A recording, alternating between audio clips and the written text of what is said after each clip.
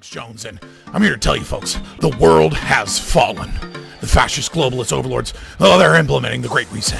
You don't believe me? I've seen the tapes. Watch it, folks. Watch as these pot-bellied Zoomer goblins work with the Illuminati to pit us against each other. I promise I'd be a good boy. Ugh, I'm a good boy.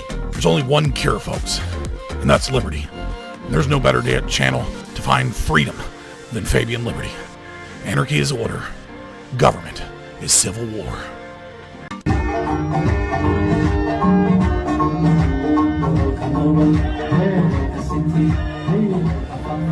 I understand. Fraud is bad.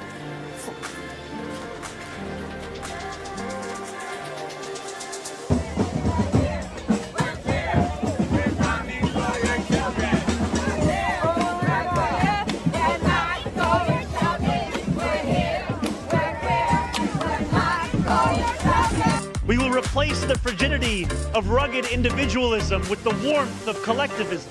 I think the reality is that for centuries we've really treated property as an individualized good and not a collective good, and we are going to transitioning to treating it as a collective good and towards a model of shared equity will require that we think about it differently, and it will mean that families, especially white families, but some POC families who are homeowners as well, are going to have a different relationship to property than the one that we currently have. Quiet. And then Daddy has to sometimes use strong language. Nicolas Maduro had his chance, just like Iran had their chance, until they didn't and until he didn't. He effed around, and he found out. Nikki Jam, do you know Nikki? She's hot. Where is Nikki? Where is Nikki?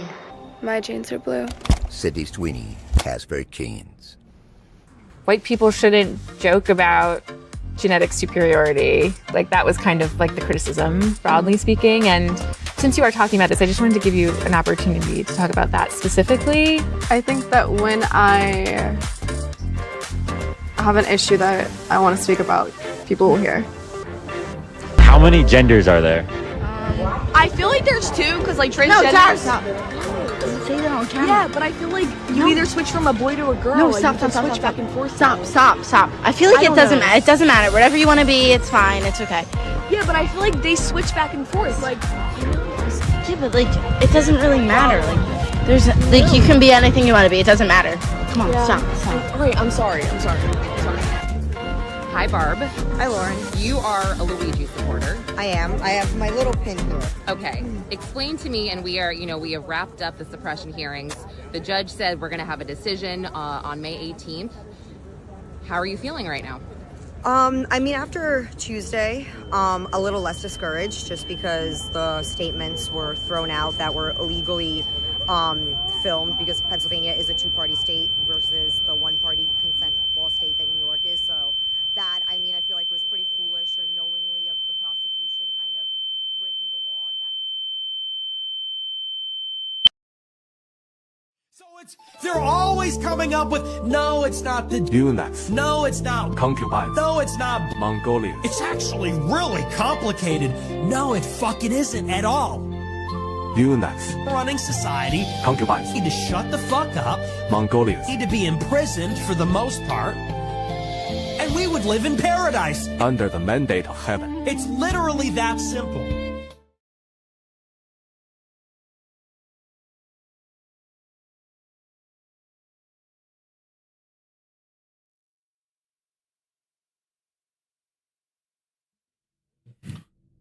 Brother. Hold on. What are you saying? Hold on. I understand, by the way, number being 8%. I'm fully sure that's because of the time zoning. If you change, I'm not gonna fucking change my stream to fucking Euro hours, bro. Like, I appreciate my libertarians across the globe, right? But like, libertarianism is predominantly in America, with a little bit in South America and a little bit in Europe. And America and South America are all in the same time zones, buddy. Like, that's a niche audience. Also, why would I try and compete with Liquid Zulu? Like, we already, like, it's already convenient that he's doing a lot of streams on Euro time. Like, you know what I mean? Like, why would I try and, like, be like, that would be so dumb of me. Like, we're very similar content. And that's my boy. You forgot the Indians, surprisingly big there. I didn't forget the Indians. I interviewed the guys from the Libertarian Party of India. Super cool dudes. Like, just so shockingly, maybe I'm racist or something, I don't know. But I didn't expect them to be, like, so passionate and so knowledgeable. I had a wonderful conversation. It was like 3 hours. I had audio issues and, like, internet issues on their end, so, like, it was meh. Why is this so loud?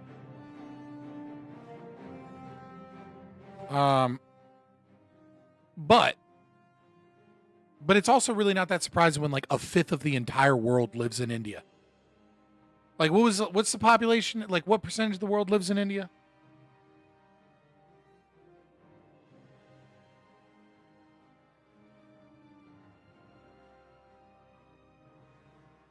Yes, 17.8 to 18.3 of the world's population. So just under 1 out of every 5 human beings on the planet is living in India.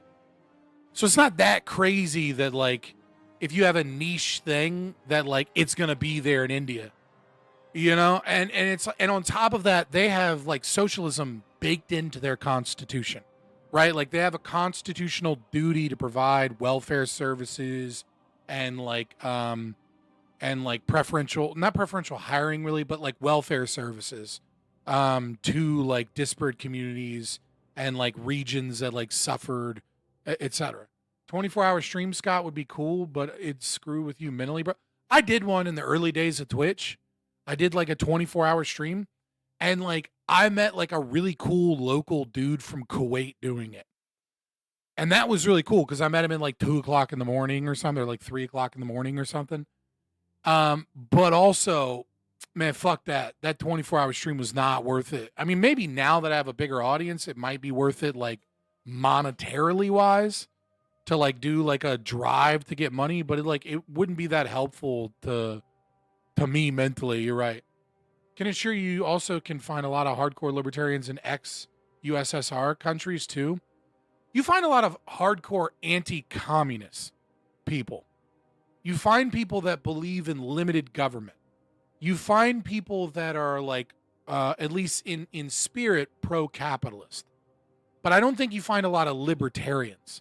And the reason I don't think you find a libertarians is because there is a philosophy here that is predominantly American and hasn't spread that much. That being said, one of the few people to ever interview Hoppe is a Russian libertarian. They do exist. They are out in the world. But, like, a lot of those people don't speak English. In Spirit is doing some heavy ass lifting. Yeah, I agree. I'm just trying to meet halfway here, right? Like, they're not libertarians. But, like, I kind of get what you mean. Like, I think that is a great place to convert people to libertarianism, but they hold contradictory philosophy. And you might be able to get, like, Dave Smith might be able to talk to those people and find a lot of agreement. You're not going to find a lot of agreement between libertarians, like Napists and, like, you know, those types of people, but they are there. What's up, man? Yo, I was driving down the road today and dude had a sticker on his truck that said, "Who is John Galt?" That made my day. Dude, what did I do? Who is John Galt for? Oh yeah, I remember the last time I voted in the 2024 election. I wrote John Galt, and, like, I wrote in John Galt for president, and I really, really, really, like, I was, like, fantasizing. I was like, I hope to God that there's, like, some poll worker that has to go through the write-ins and has, like, you know, a Democrat and a Republican on like his or her shoulder. You know what I mean? Like, watching them as they go through it. And then they're like, who the fuck is John Galt? Like, I just like, I don't know if that happened, right? Maybe they just went like, oh, whatever, into the trash bin. But I really hope it happened.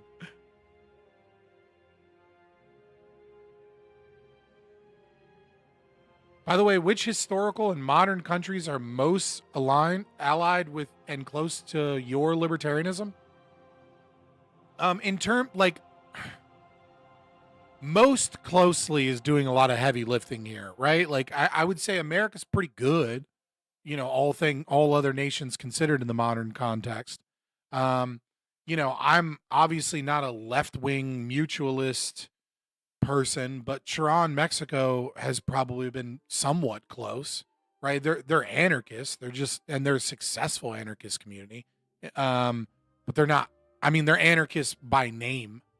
They're indigenisimo, like kind of like anarcho mutualist, like lefty kind of weird mixture. But they've done a lot of cool shit. They've grown thousands of hectares of forest after the corporations that were given, government monopolies came in and they drove them out. They've healed the woods around them. They've done a lot of cool shit. What do you think of dude, you ask way too many questions, Fru. I like questions in chat, but you've yet to super chat. And I'll be still trying to answer a question and you ask another hard question. I like questions, but like, you got to start telling dick jokes in chat and making fun of other people. All right. Cause it's clear that you're here to stay now. You're sucked in. You're drawn in. All right. What do I think of thinking, Scott? I think that's too meta.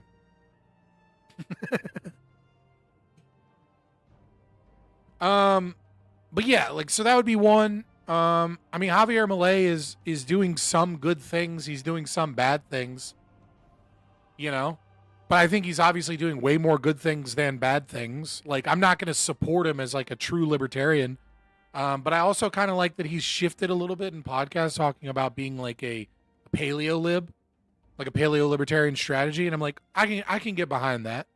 Like, you know what I mean? Like, if you distance yourself a little bit from our name, but at the same time recognize that, like, he's pretty fucking close to our ideology.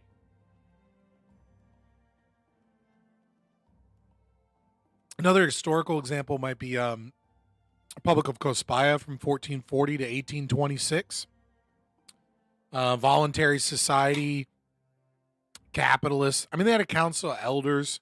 So, like, and it was a voluntary society, right? So it's about as ANCAP gets. That was like kind of a mistaken treaties between like the Papal States and France, Napoleon. Can I take the political compass test on the stream for the memes? I think I've done it before. A lot of those questions are just really, really garbage. And it's like they work fine for like normies, but they don't work very well for like an ANCAP because like there's like baked in assumptions to a lot of those questions that just assume that you are some form of statist or that like, you think certain things are good or bad. They're just not it's not a very good test.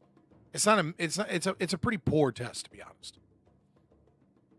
But it's fun for normies. I've done it before on stream. I don't know, maybe like it's probably be on Twitch, so it's been a while ago.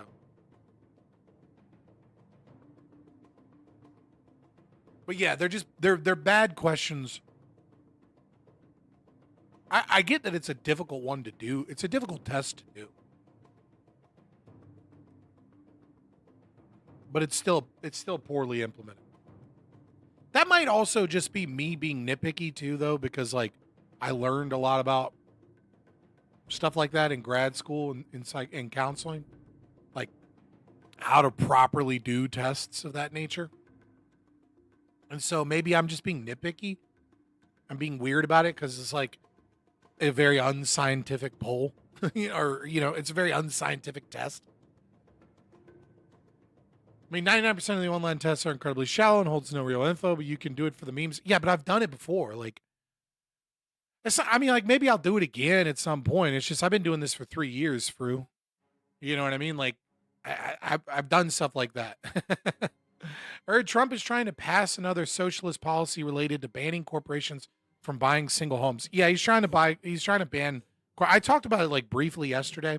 So like BlackRock owns like, what is it like? BlackRock owns like 6% or 8% of Blackstone, and like Vanguard owns like 10 to 12% of Blackstone.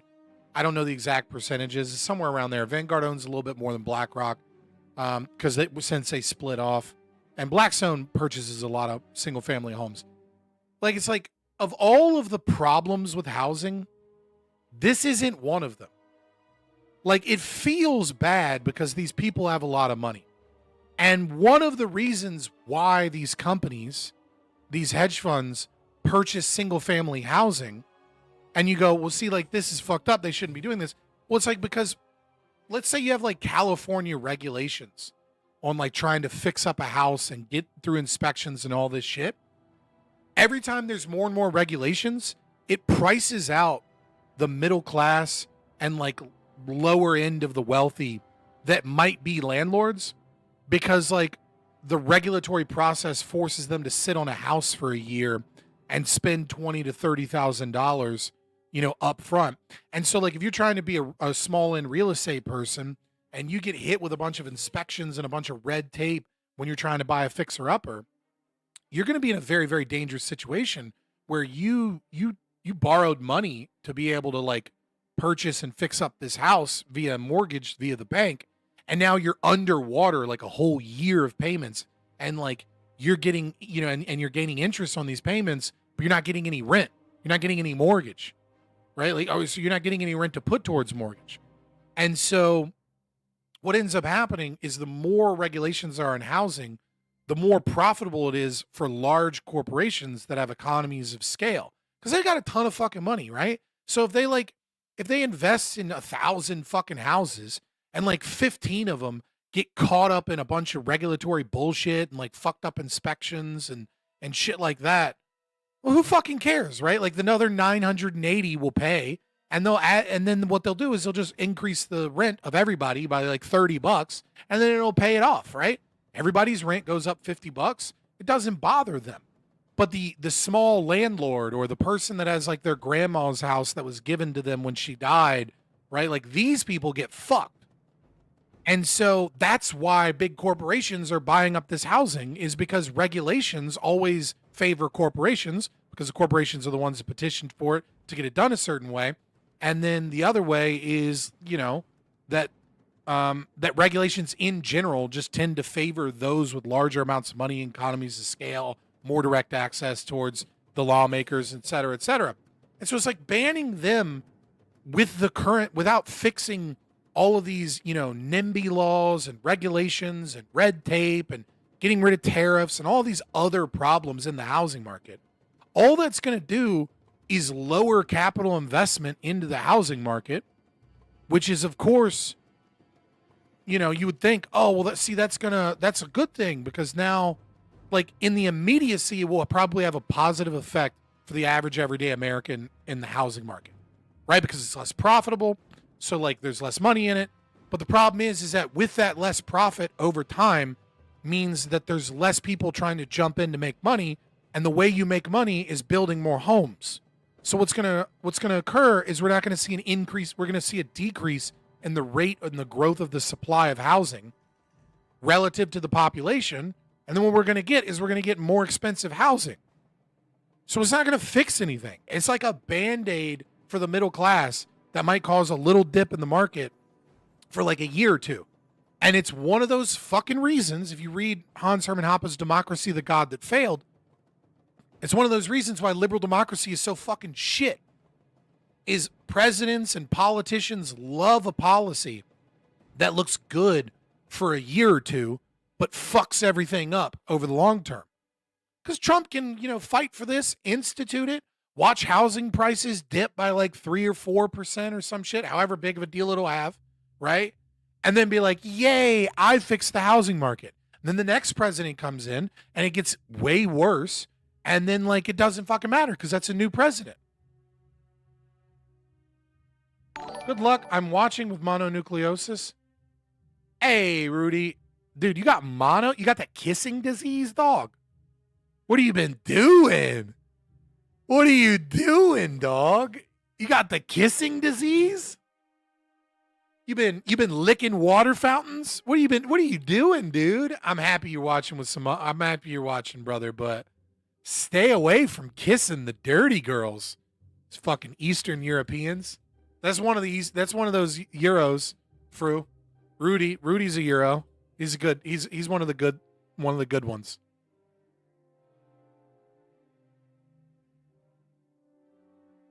Scott, if America got invaded by Russia and China, does that mean the Boogaloo Red Dawn happens? I don't fuck. China's not going to fucking invade us.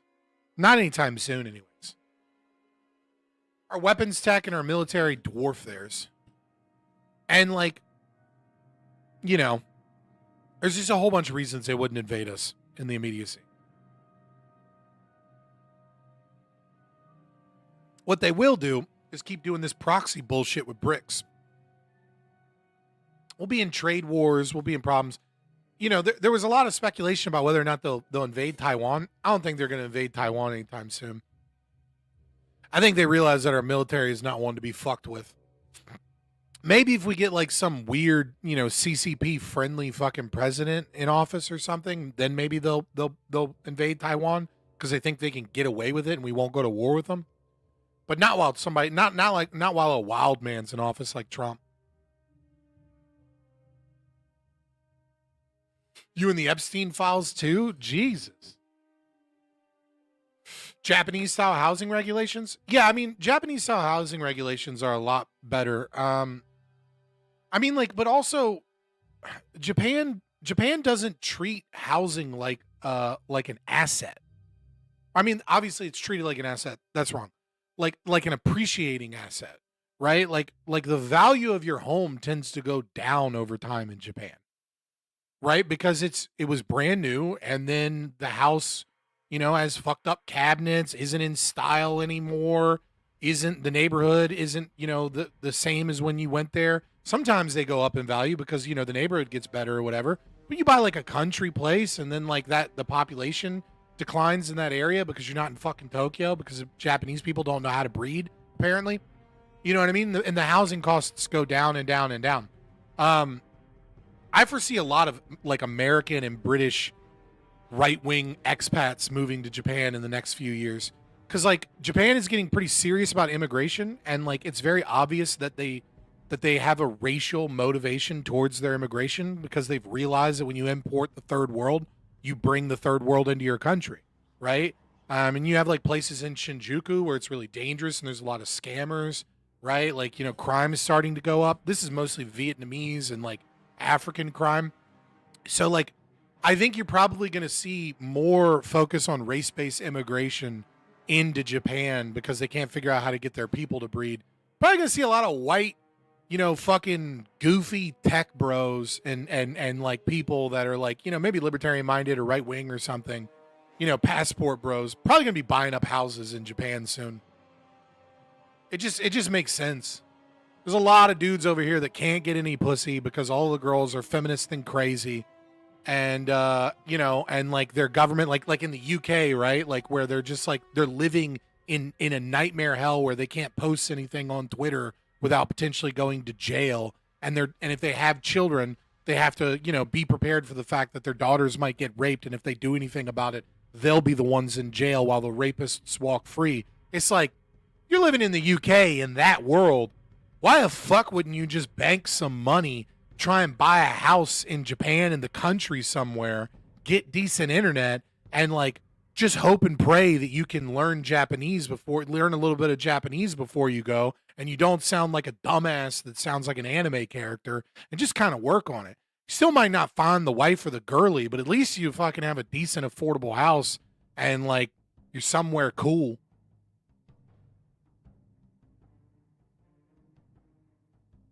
I fucking hate when vets use their status to justify social welfare from the state. What are you talking about? You talking about all those things Caleb Hammer's been going on about? How like basically every veteran gets VA benefits? Is that what you're talking about? Or are you just like, what do you mean?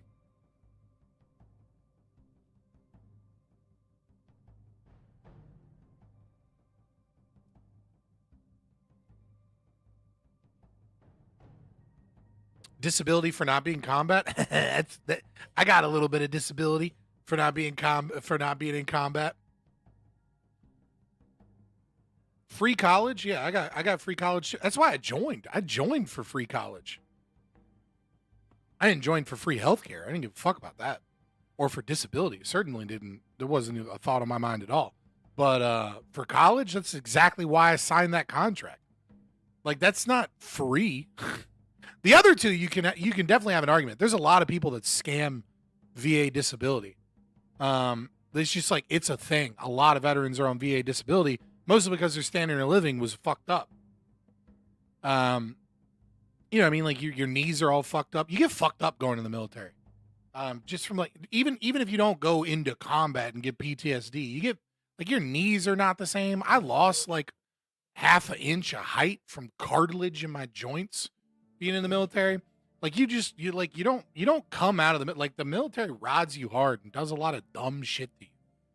So like, you just end up kind of fucked up if you go into the Army or the Marines or any of them at all.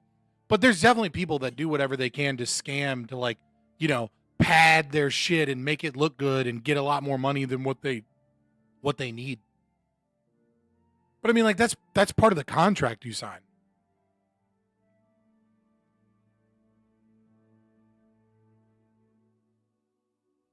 Grod, why are you qualified for free college? What dumb shit do they do to you? Like, fucking wake you up, tell you to put on combat boots, and then run on the asphalt and go run fucking 5 miles on the asphalt in boots? Shit like that, like, is like not good for your body. And it's punishable by, like, you know, docking you half your pay and making you, you know, mop the parking lot in the rain type shit. So you do it. And it fucks up your knees and it fucks up your back and it fucks you up. Yes, our warriors exaggerate their pain to get free stuff. A lot of people do. What I've noticed is, like, the people that, it tends to be this way. It's not always this way, but it tends to be this way, that a lot of the most fucked up people don't have disability at all, or have like low percentages from the VA. And a lot of people that, like, didn't do shit have high percentages from the VA. Because a lot of the people that are, like, you know, pogues like I was, they fucking, you know, they have buddies in those systems and they game the system. And then the people that were, like, you know, doing the real shit, not the college high IQ people, they tend to be ashamed about it at all, and they'll only go through the med board process if they're forced to. I was forced to go through the med board process. I didn't even choose to go through it. I didn't apply for any VA disability whatsoever. Like, I had a sergeant major that, like, fucking didn't like me being in his army because I was non-deployable. So he, like, forced me to med board. And then I was like, joke's on you, dude. I wouldn't have even asked for this, but now that I'm forced to be here, I guess I'm going to get disability. Like, he used it to punish me, and I was like, all right, I guess.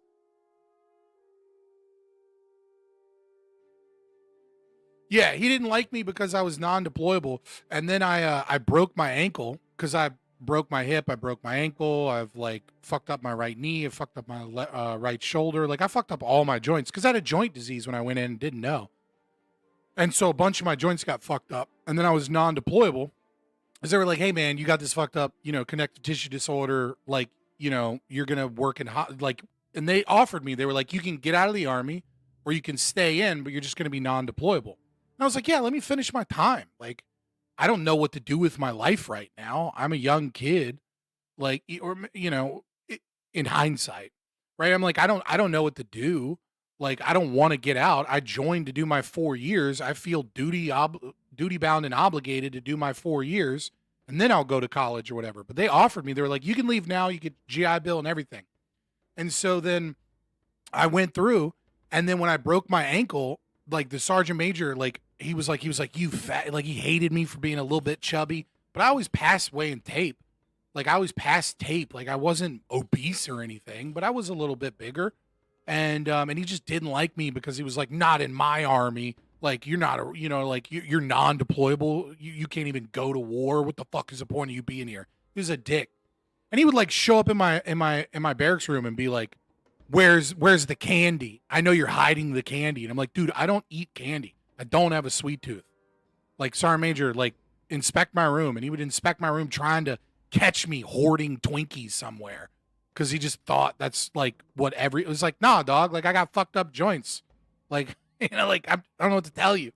And then as soon as my ankle healed, like the day I came off of profile and was like ready to, you know, get back in shape because I couldn't walk hardly for a while. He was like, "Oh, you're off profile today? You're taking a PT test today." And this was in Fort Drum outside with ice on the roads. And it was like -12 degrees. And so I was like, okay, cool, thanks. So then I passed my push-ups, I passed my sit-ups, and then I failed my run by like, I think it was like 12 seconds. Like out in -12 degrees Fahrenheit, you know, at night running where I couldn't see the ice patches. So there was whole sections where I had to like slow down and walk because like I couldn't do my run. And then he was like, "Oh, yep, you failed your PT. Now I can kick you out of the Army. You're getting med boarded." And so I was like forcibly med boarded, and then I got fucking VA disability at the end, and I was like, "Joke's on you, dick!" Like, there was no part. And they made me. I didn't even go to like a med board unit. I just stayed in. He was a dick. It's just who he was. There's some of them are like that.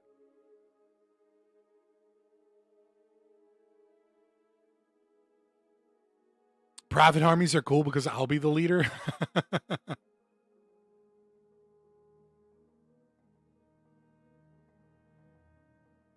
Yeah, I mean, there's a lot of like small L libertarians, if you will, in the Army too, though.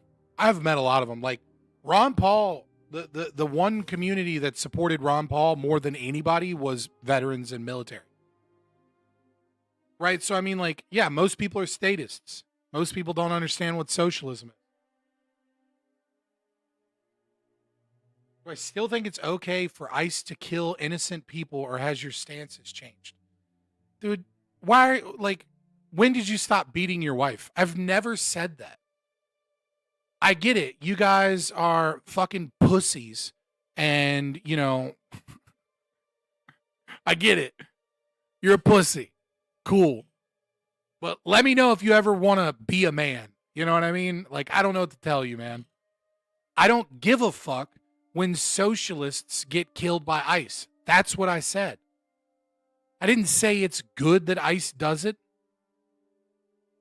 I said I don't care. I'm apathetic. Scott, when did you start supporting the state?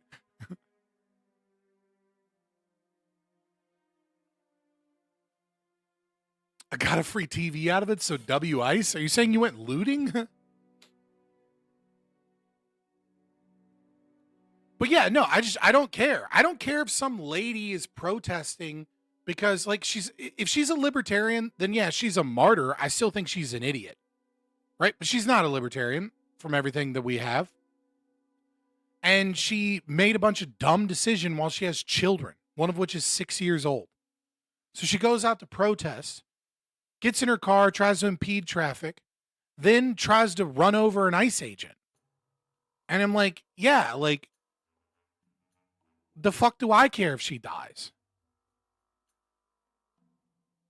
No, you definitely told me you think the lady violated the app. I definitely didn't.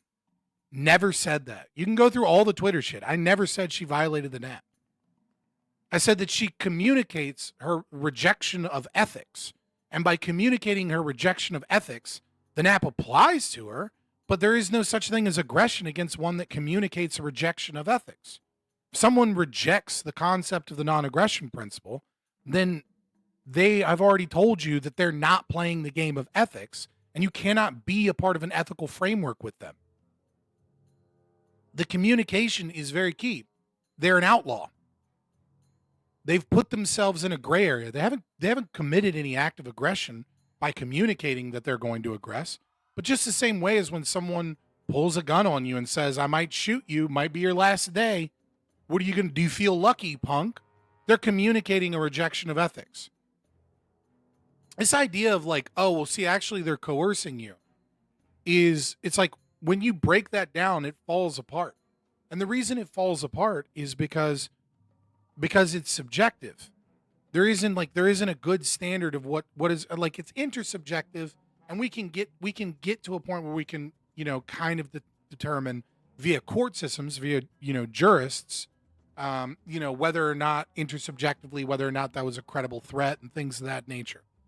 But if someone rejects ethics and openly claims that they reject ethics, then like it's not aggression to do anything to them. An ICE agent wasn't in front of her car. The ICE agent was 100% in front of her car. Like you can see her pull back as the ICE agent is to the right, and then he's walking over. He's in front of her car. She turns the wheel to him. Then she spins out as she's trying to run over the ICE agent. And then when it doesn't happen, she turns her wheel very quickly and continues turning her wheel to try and gain traction and get away. And then she hits the ICE agent, and you can see his feet slide as he's hit by the car. Like, she definitely tried to run over the ICE agent, probably to escape detention, right? Like, but again, they're two criminals fighting each other. I don't care. The only thing that is a tragedy that she put herself in that situation as like a dumb commie.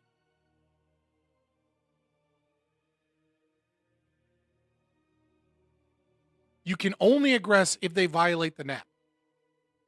Here's the problem. You can't aggress anybody. Like that, you can't aggress people that violate the NAP. They're the aggressor. You're not an aggressor if you defend yourself against someone that's violating the NAP, first and foremost. So you can't aggress upon anybody.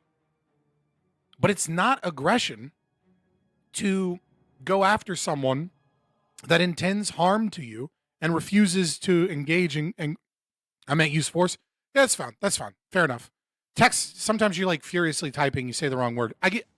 Fair enough. I get what you mean. Right? Like you can use force on people. Like if someone, see, here's the problem with the concept of coercion and a threat, right? Let's say someone is in the Women's March and they're protesting for, more government programs. That's a threat. That is a credible threat. 110%.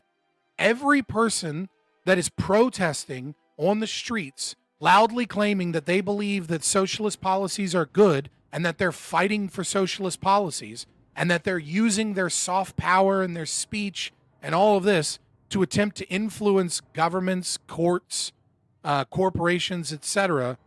Maybe not corporations, but you know what I mean? Like utilize the state to enforce socialist policies on you. That's a threat.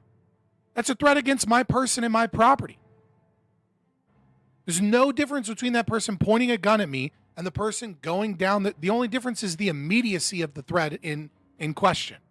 That person is doing everything they can to utilize their power to enslave me.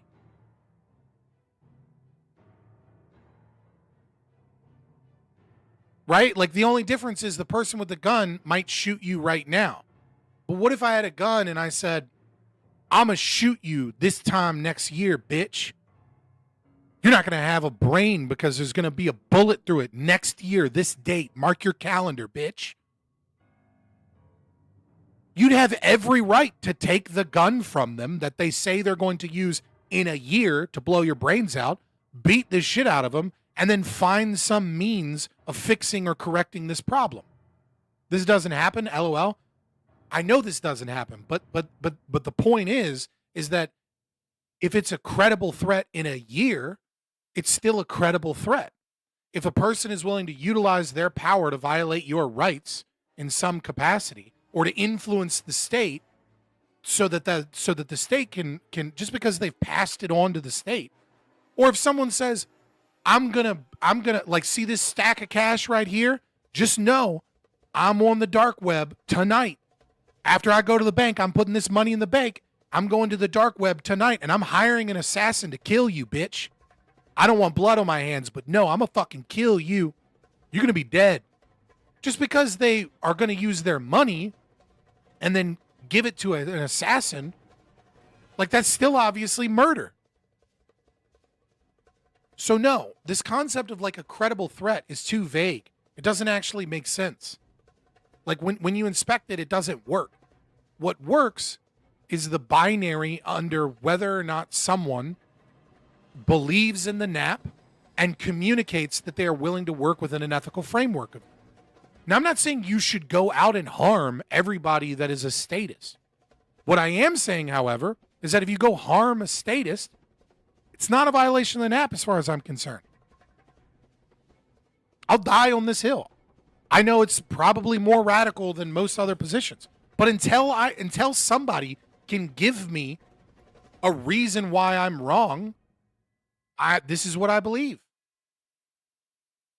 You want revolution? I mean, if I can ensure that a revolution leads to a positive outcome, then like, I don't know that I would necessarily mind a violent revolution.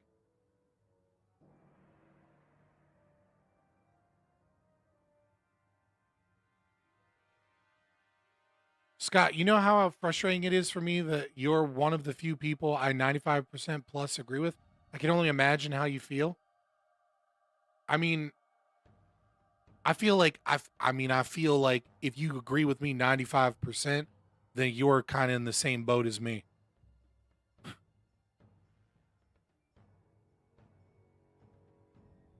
I missed the first part. Is like a tribe of 10K people doing war chants outside of a village. This is the problem that I have. It's like, so it's like here's the thing. Let's say you're in Ancapistan, right? And there's a village right next. There's a town right next to Ancapistan. It's a Muslim town. Okay, this Muslim town is like they have an imam. They live under Islam, right? They reject the non-aggression principle. They have people that are there that were born there or were conquered that are, Christians and Jews, right? Every now and then they kill a couple Jews, not that bad though, right? Like for the most part, they're pretty good. They impose a jizya, right? They impose a non-voluntary tax specifically on them, right? And like part of the jizya is like, they're not really expected to defend themselves or whatever, right? And then they're marrying off 9-year-old child brides constantly. It's perfectly reasonable and perfectly justifiable for me to hire a private military contractor and go kill every one of those fucking Muslims with a child bride, go kill every one of their fucking leaders, and go kill and wipe out every one of those motherfuckers except for the people that are innocent, that are innocents.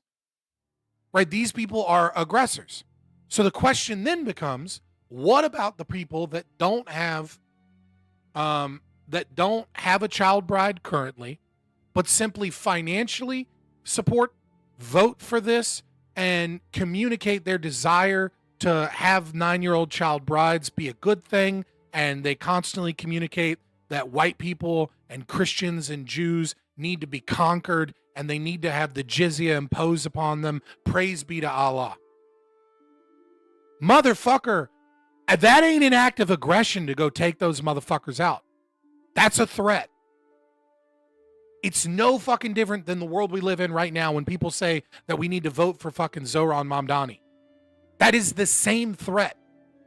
That is a credible threat that they are actively utilizing their power in. They are rejecting ethics. They're rejecting the concept of the non-aggression principle. I'm not an aggressor if I go out after those people that are not operating in ethics. The actions, right? I mean, like, think about it. Why is it that when someone actually is an aggressor? No, it isn't. Words can't be aggression. Yeah, you're a broken record. You just keep saying these words without backing them up by any logic. I never said that the words were aggression. I never made that claim. I agree. Words are not and cannot be aggression. Communicating a rejection of the non-aggression principle is not aggression. What it is it is telling yourself that you are stepping outside of the domain of the non-aggression principle, and you are not playing the game of ethics. You are playing the game of might makes right. And when you say I am playing the game of might makes right, you're a fucking threat, and I can deal with you how I please. Now, I have a moral framework that says we shouldn't go around killing everybody that was at the Women's March. Words can be an aggression. Your body, my choice. It depends on how, it depends on how you're defining aggression. It depends on how you're finding aggression, right? Because like, if the words are, because the problem here is different libertarian wordings or readings, Casimir, right? At least from my perspective. Maybe I'm wrong on this, but it seems to me that like we have settled on the concept that aggression are actions. And then there's this weird gray area where we add in this concept that threats or coercion is a form of aggression, even when not present with any physical act or physical harm. And it is my opinion, and it's not the opinion of most libertarians, that this is wrong, that the words are not actually aggression, that the threats are not actually aggression, that rather these are a communication that you reject the non-aggression principle, that this is a communication that you are an outlaw, and that at some point in time in the future, you are willing to commit aggression. And then by doing so, you have become a threat as an entity.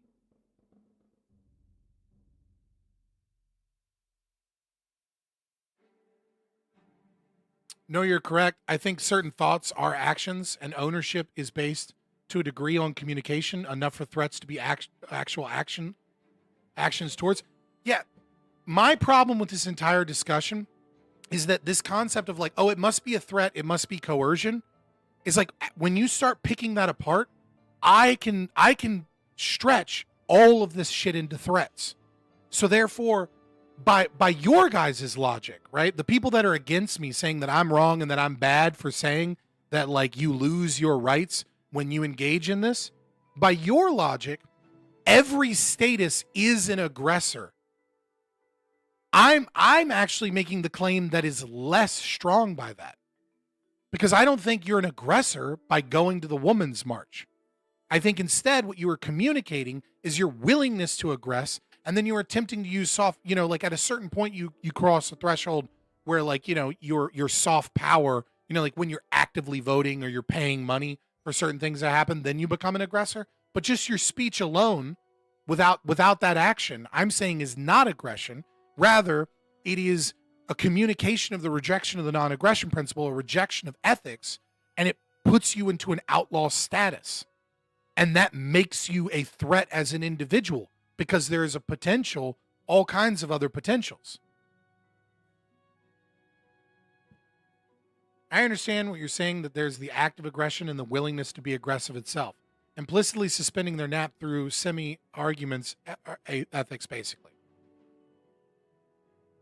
Thoughts on Klarna and Affirm?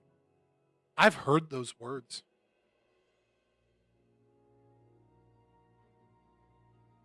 Is this a paid advertisement? I don't understand it.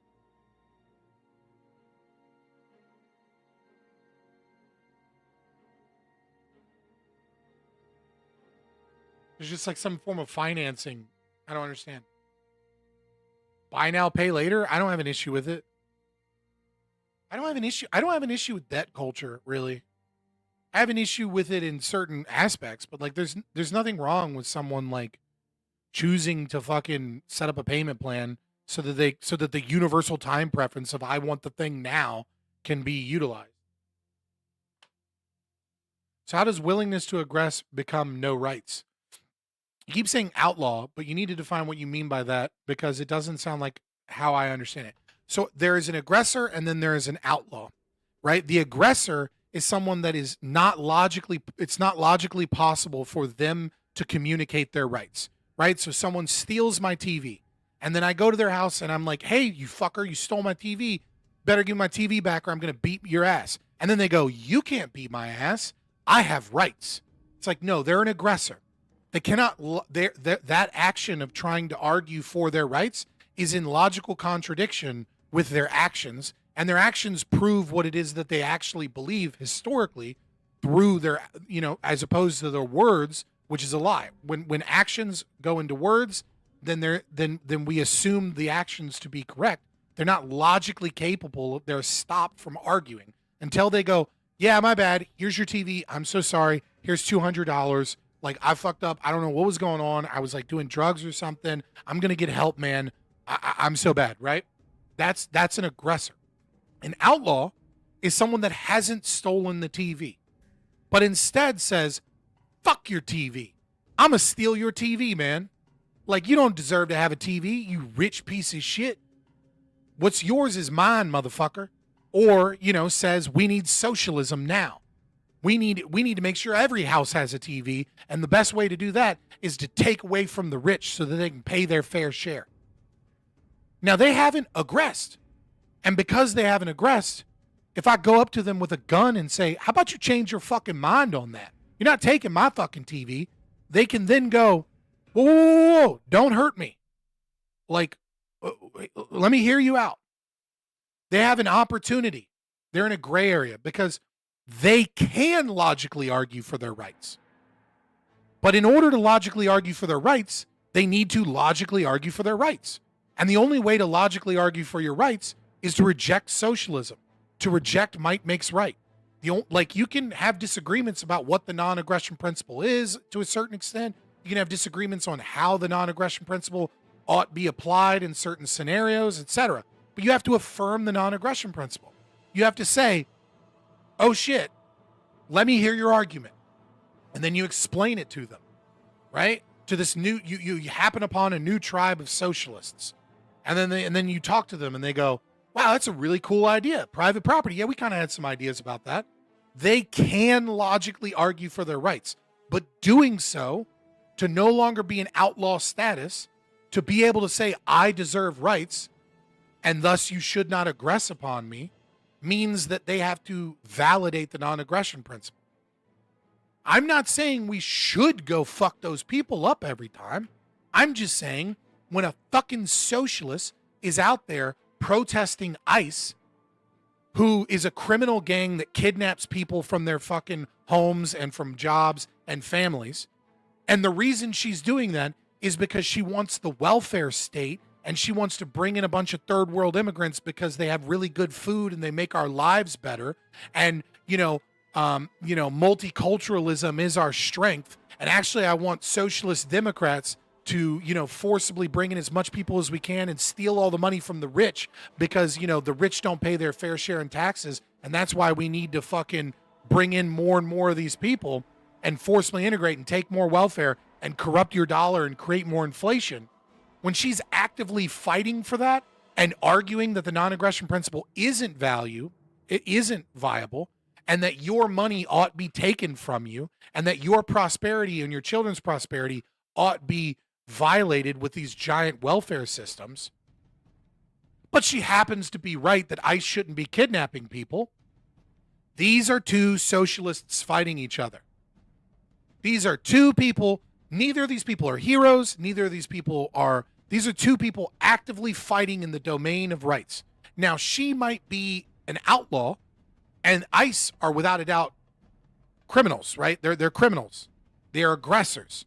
Except for maybe a rookie ICE agent on his first day that hasn't actually done anything aggressive. Like, he might not be, quote unquote, an aggressor. But barring the rookie that has never done anything, the ICE agent that's been working as an ICE agent is an aggressor and is a criminal. So no, I don't call this some horrible murder and then stand behind the fucking commie that wants to make and act like she's a martyr.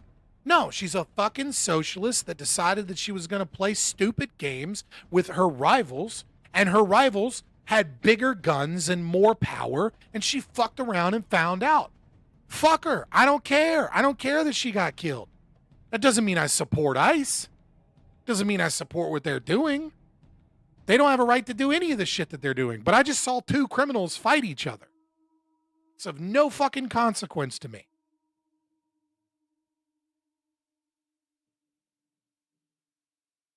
I may be willing to. That's why I wrote in the longer post, Feet in Liberty, that there's essentially three possibilities. There's a possibility that she's a libertarian, which makes her a martyr, right? She was absolutely murdered if she was a libertarian, and she's a martyr, but she's a dumb one because, like, that was a dumb thing to do. Like, you left behind 3 kids and nobody's talking about libertarianism. You didn't write a fucking manifesto or anything. You didn't make us look good. You didn't do anything helpful to the movement other than just die and not be able to raise your kids. B, she's a socialist and everything that I just said applies. Or 3, and this is might be true. I think it actually might be true in all honesty. Which is that, like, she's just there and got super confused, right? Because there's, like, you know, maybe you roll up into town, you don't know ICE is there today. Not everybody watches the fucking news. And then you're like, what the fuck is going on? So you park in the middle of the street, and then they come at you like fucking guns, you know, gung-ho surrounding your car, and you panic and you try and, like, run away, and you don't care if you run over an officer. And if, like, that's the case, then it's a cold-blooded murder of, like, some nice lady that just happened to be in the wrong place at the wrong time. And, like, you know, fuck them. And I genuinely think, too, like, if we find, like if she was just kind of in the wrong place at the wrong time, I mean, like, this is what the state does.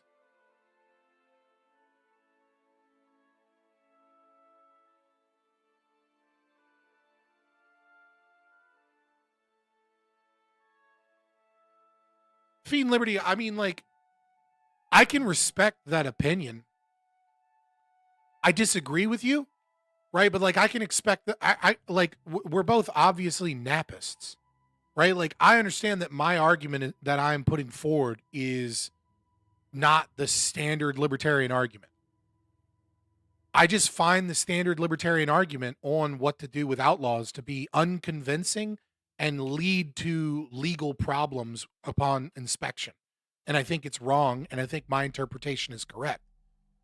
I'm not making the claim this is what every libertarian believes or anything, right? I respect that opinion that you have on that. I just think you're wrong, and I think most of the libertarian jurists are wrong on this. Because I think the concept of, like, a threat, we can kind of vibe out. Like, we know when a bad threat is a threat, but I think that it is, like, upon inspection, there's a problem there, which is that all of these people are threats. And this idea that a threat needs to be immediate and actionable as opposed to occurring later down the line or utilizing some other aggressor to punish us somehow makes that not a threat is, like, deeply just incorrect. It's just contradictory. This is just the tribe warfare, and the bigger tribe is the winner. Usually the bigger tribe is the winner. But technically speaking, we're the bigger tribe. You know what I'm saying, boys? I did not get to that video. And we have like a half hour. But I mean, to be fair, I wanted to watch this cool video, and it's like a half-hour video, so I'm not going to get to it. We'll do it another time, which is fine. But I figured this would come up because a whole bunch of people were mad at me in the Discord and on Twitter about it. So mad that you guys didn't donate me no fucking money. We're only 9.6% towards the goal, boys. Like, what's up? If you're not going to pay me, which I totally understand, especially since I've streamed for 3 days this week. So it's like, I paid you Monday, asshole. Just give the stream a like, like, share, subscribe, join the Discord. You know what I mean? Like, 13 of you right now have not liked the stream. You know what I mean? Like you ain't got to give me money. You don't have to become a member or whatever, but just like hit the like button. You know what I mean? Help me out in the algorithm. Maybe we'll meet some new people. We met that new Euro guy and he hopped in and he's like, when are you going to stream on Euro's time? And I'm like, sometimes on the weekends I do. So I appreciate you. I thought the Venezuela debate you did on Prime was good. That Jeb conservative sounded like a complete idiot tyrant status. That's hilarious because Jeb is like pretty much a small L libertarian. And it's kind of funny how, like, once you fully adopt libertarianism, it's like, it's kind of funny because everyone just looks like a tyrant status to you. You know what I mean? Like, it's like Jeb is really fucking close to our ideology. Hey, I appreciate it. 169. coming in with that millennial energy, even though he's Gen Z. If he was just a little younger or closer to Gen Alpha, he would have donated $1.67, but he decided to donate $1.69. And that's how that's how you know the millennials are better, because we give 2 cents more. We give our 2 cents. Another point I had is you want to defend outlaws from police violence because it's a bad precedent for them to harm people. Hold on, another point I had is you want to defend outlaws from police violence because that's a bad precedent for them to harm people.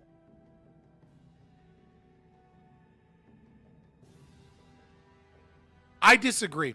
Like, I understand your thinking, but I disagree. Because I think it actually does the opposite, but I totally respect your opinion on that. Right? Because like we want to see the agents of the state as a problem, right? We want people to understand that like these people are pieces of shit that have no right to be harming people, and we don't want to like be passe about them harming people. That said, nah. Like if I've got Tren de Agua in my apartment and I'm not allowed to have private security, I want cops to put a bullet through the brains of Tren de Agua. Like I want the rival gang that's way better than Tren de Agua to reassert their control and power. Yeah, given the option, I'd rather have a private security force. I'd like deregulation of private security. I'd like letters of marque. I'd like to move towards anarcho-capitalism. I'd like privatization. I'd like all of the private. But if the police still say that I don't have the right to shoot motherfuckers randomly that are bad guys, and the police still tell me that I can't, because of the city ordinance, I'm not allowed to have armed security for my apartment building, right? And then they put a bunch of regulations on it that make it absurdly expensive. And then they say it's illegal for me to put people in jail because that's kidnapping. And all of these other things that keep me from being able to deal with Tren de Agua. Nah, I want fucking whatever PD to fucking kill some Tren de Agua. I don't want the people that do shakedowns in my apartment for like money, or they threaten to chop my fingers off and send them to my mom in my apartment. Like the cops are better here. Like, and I think that's a perfectly rational belief system. I think it's important to note every time cops do this that they're not solving the problem, right? I think it's important to note when the cops kill people that it causes backlash.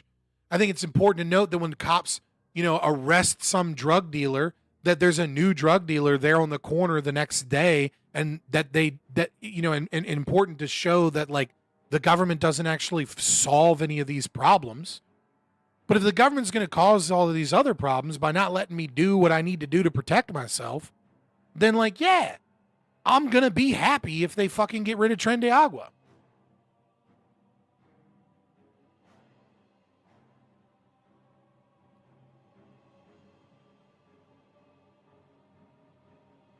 But you're already allowed to defend yourself from gang violence. The police defending you by proxy isn't what I mean. I mean in people you wouldn't hurt outside their outlaw status. Oh, okay. You mean like a socialist protester? Like we don't want to set the precedent of like socialist protesters being mowed down like fucking Tiananmen Square.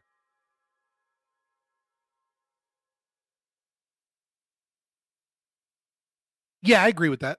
I agree. Like my conversation, like you can, I feel like from a moral perspective, right? Like, I can be convinced, right? Like, cause like I'm operating mostly from an objectivist framework, or a pseudo objectivist, whatever. I don't care to tie myself down to it. Right. But that's primarily how I'm thinking about it. Right. And so like, if you can convince me, which I think that's a pretty good argument, that it's like a moral problem, I'm pretty much there, right? I'm fine with that. Like, I don't think it's good that happened, right? In any way, shape, or form. I don't think it's good that a cop that ICE was in town and surrounded some lady, right? It's just like whether or not I care is kind of what's up for discussion. But yeah, like from a moral perspective, yeah, I pretty much agree with you. I think it's a bad look for us to like support them. Mostly what I'm trying to say is like I'm trying to deal with the reality of the descriptive law and the issues that I have with libertarian theory in this instance, or at least what people are purporting as libertarian theory, which I think is like kind of wrong here. Yo, Shadow Warden, thank you. Hell yeah, dude. It's a very specific amount of money. No comment. Like, you can put a comment in there, dude. You can tell people what you want. Reply to your own message, whatever you want to say.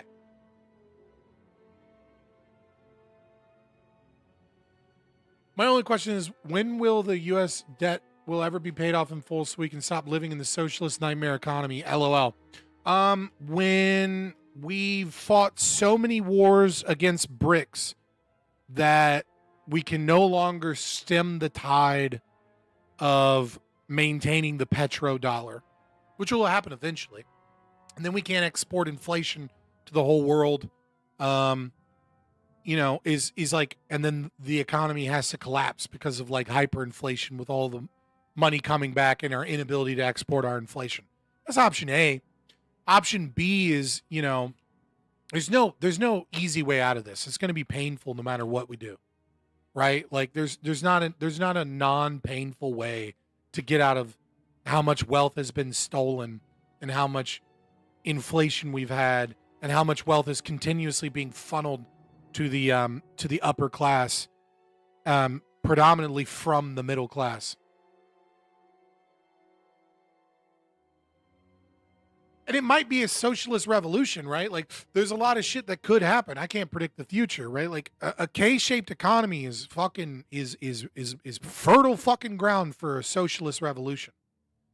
You know what I mean? Like this pseudo kind of like democratic socialist push of like, a market socialism where, NGOs and large corporations profit and big investors and Wall Street profit at the behest of the middle class.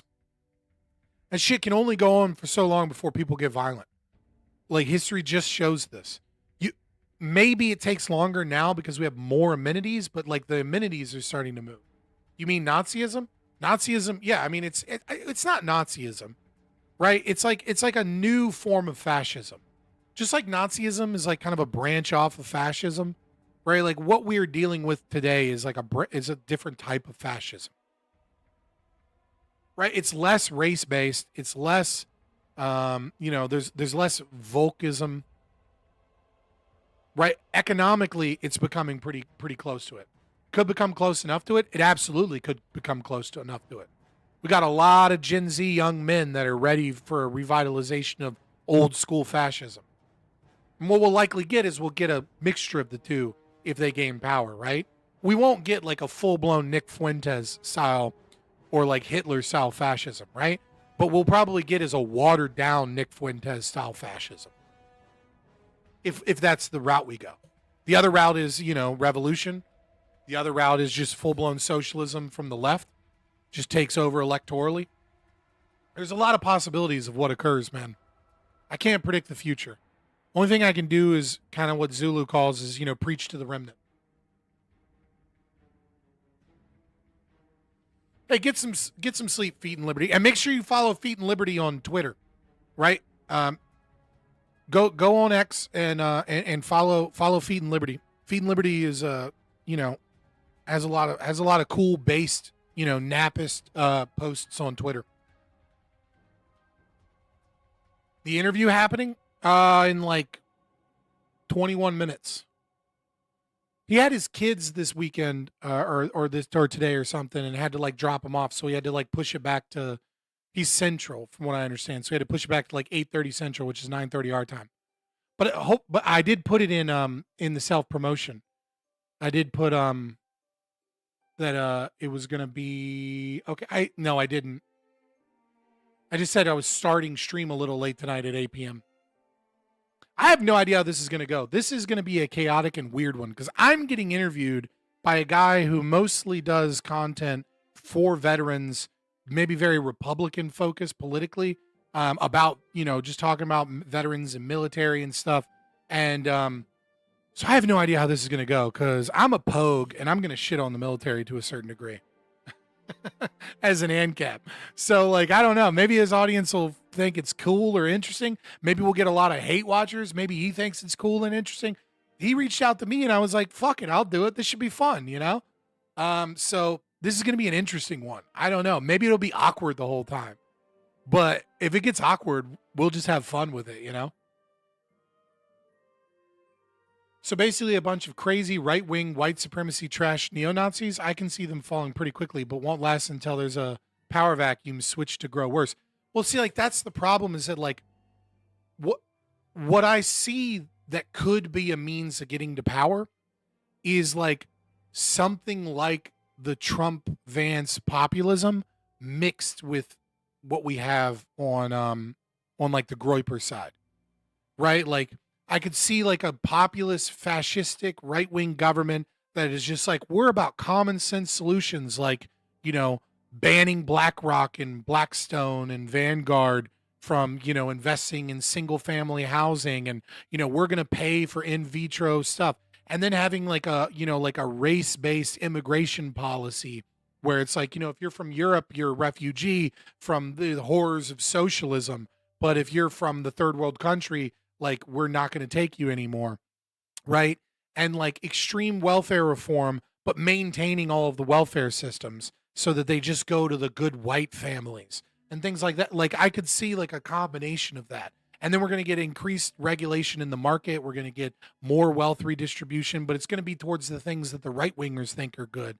And then we're going to have like, you know, trade wars and maintain the trade wars and maybe get worse with them.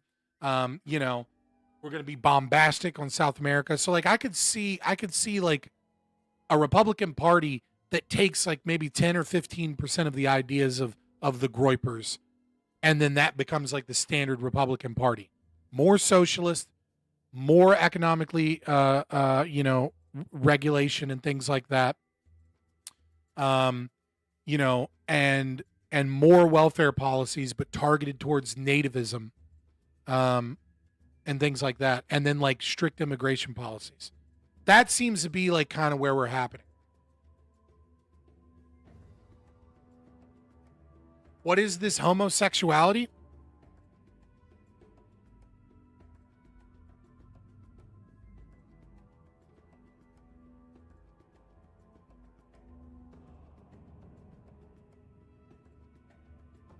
Damn, that didn't work. Fuck. Work on this one.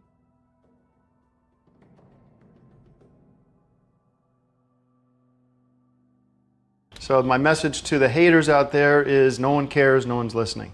All right, well, let's get... I fucked up my buttons. So it's going to be similar to what we have been dealing with the American left for the past 10 years on social issues. Pretty much, yeah. I mean, because Groypers are all, you know, it's just an inversion of leftism, right? Like your typical Groyper is economically a Democrat, and culturally they're just an inversion of the Democrats. They have all the same solutions, all of the same policies, just inverted into who are the beneficiaries, right? So what we're going to get is we're just going to get a Republican Party that mirrors the Democrats, but is, you know, identitarian for their own sake. I feel like that's probably where we're headed, right? Like I feel like that seems to be where we're headed. We're going to be able to choose between Democrats and then Democrats for white people.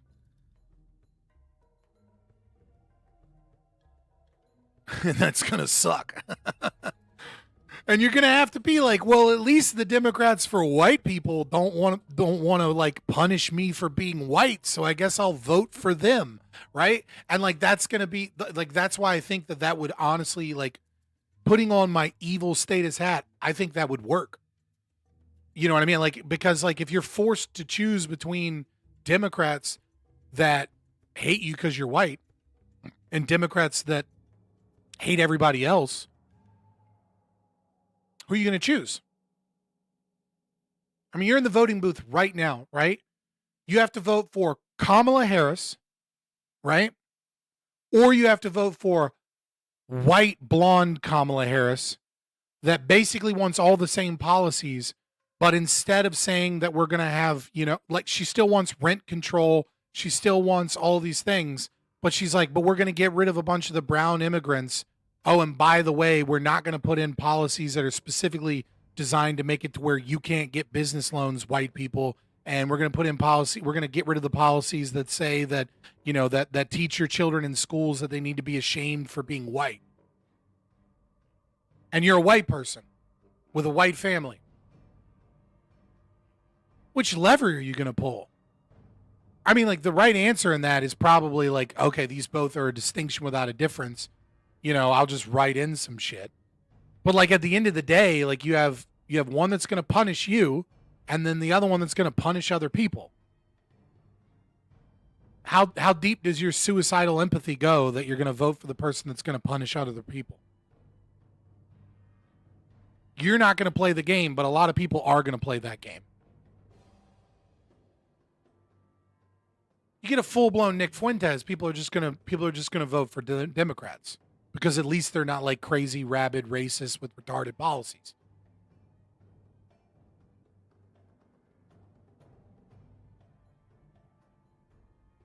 I'm sick of all the anti-white hate, to be honest. Dude, a lot of people are. And most of the people that aren't principled libertarians. They're just normies with like some like of socialist policies. So some motherfucker comes out and says, we're not apologizing for being white anymore. We're going to get rid of all this DEI shit, and we're going to put a bunch of money into the railway system because we need trains just like China and these other countries, and our infrastructure is falling behind, and we're going to rebuild the roads. Don't you think it sucks that you have all this traffic when you get back home to work? And, these health insurance companies are scamming you, and so we're going to fix that. And all these brown fucking immigrants and people that are stealing all your money because they're getting all this welfare, we're getting rid of them. We're gonna come back to limited merit-based immigration again, and we're only gonna let a few of the good ones over here. And we're gonna stop teaching your kids that that they're a piece of shit for being white. And we're gonna put in some fucking regulations on TikTok and on Facebook and on YouTube to keep kids from watching porn and to make sure that they don't have algorithms that like try and sell interracial sex and like anti-white hatred on their platform, because like this is getting ridiculous. Do you know how many fucking regular ass white dudes and white women, but especially white dudes, would be like, that guy's got my vote.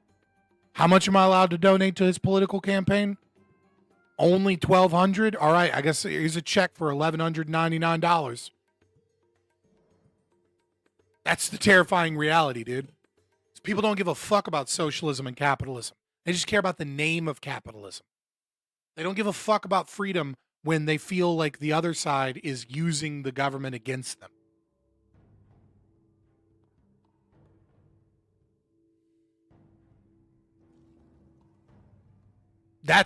I feel like that's where we're headed.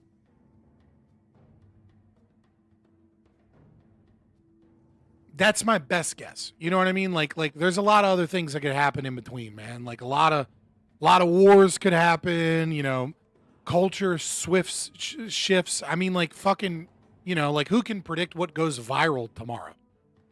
Who the fuck thought we were going to be talking about welfare in Minnesota and welfare scams? And like I was going to be on a panel discussing this is what welfare does. You know what I mean? Like you can't predict what's going to go viral. You can't predict what's going to happen. Meanwhile, the conservatives like, Larry Ellison and fucking Krauss at Palantir are working together to, under Oracle, who he worked for when he created the Oracle program for the CIA, are doing everything they can to fucking control social media algorithms and like in data centers. And you're getting AI ballooning with government investment, and it's too big to fail now because it's like 40% of the fucking S&P, and it's heavily tied to government contracts. So who knows what the fucking state is going to do in that regard and how they're going to change the information that we get in that regard. So like I have no concept of how we're going to, where we're going in the next 10 years. But that's my best guess. Everyone just doesn't want the ring of power. Dude, everybody is Boromir. Right? Like, literally everybody is Boromir. They want the ring. They think they need to use the ring. Okay. But then when a real leader shows up, they're willing to follow him. They're willing to follow my captain, you know, my captain, my king, whatever the fuck it is, right? Like most everybody is just looking for a strong man to follow, and they want to use the ring against their enemy. It's like they're equal parts evil and equal parts good. Right? Like they're not just full-blown evil, right? Like they'll follow a strong man and with good ideals that's willing to preserve the culture and fight for what is right. But absent that leader, they're always searching for that leader, right? What is Boromir? He's always searching for his father's approval. I mean, obviously Faramir, you know, kind of gets fucked more than that. You know what I mean? But like, that's who they are. Almost everybody is Boromir. There's very few Frodos in the world. And there's even less Samwise Gamgees, right? We're not Frodo. We're not the hero, right? We're Samwise. We're the loyal fucking friend that stands by what's right, because it's good. There's not a lot of those in the world, man. In fact, we're probably all Merry and Pippin. Let's be honest. We're probably a little fucking shitty. We probably have made some mistakes. We're probably kind of fucking doofuses. You know what I mean? Like, that's probably who most of us are. Good old Shire folk, totally willing and understanding that we need to get rid of the ring. You know, every now and then we grab an eyeball and do something stupid. We talking books or films? I mean, I've read the books. It's been a long time since I've read the books. I haven't read the Silmarillion. But I've read The Hobbit and I've read Lord of the Rings. But I'm mostly talking about the films just because that's what everybody knows. Who are the Ents? Yeah, right? I might be an Ent, to be honest with you. I might be Treebeard. People are giving me so much shit. And I was like, side? I'm on nobody's side because nobody's on my side. I don't give a fuck if some dumb socialist gets run over for the most part. Like, strictly speaking, from a legalist perspective, but you know, it's not a good idea that ICE is out here murking people. But like, I'm not singing a sad song. We need more Liu Kangs from Mortal Kombat, Fire God style, dude. I don't know the lore of that well enough. Most people are struggling. Most are unprincipled. Many of the time, to no fault of their own. It's actually really sad, and that's kind of what I mean, right? Like they're Boromir. Like they're good. They're good men, right? Like they want to do good. They want to do right. They want to do right by their people, by their nation, but they need a king. They don't know how to act right without a fucking king. They need a leader. They're natural born followers.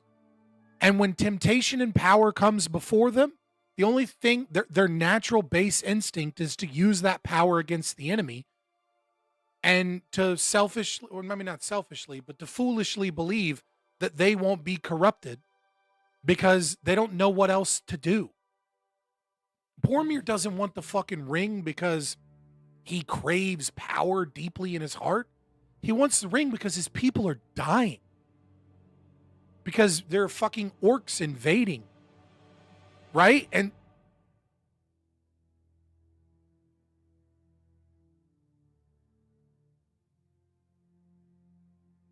yeah, I mean, I get you, buddy. Like, I don't have an editor, and I'm bad at editing. I'm just really bad at it. I can make an intro video or something, and even that's not that good. It's not a talent of mine.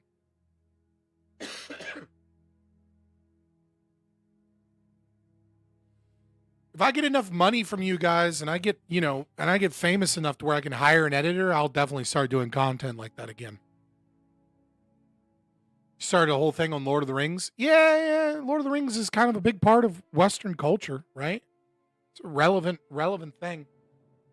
All right, I'm going to use the restroom real quick, and I'm going to hop into this. Hop into stream. Oh my God. I'm going to hop into StreamYards.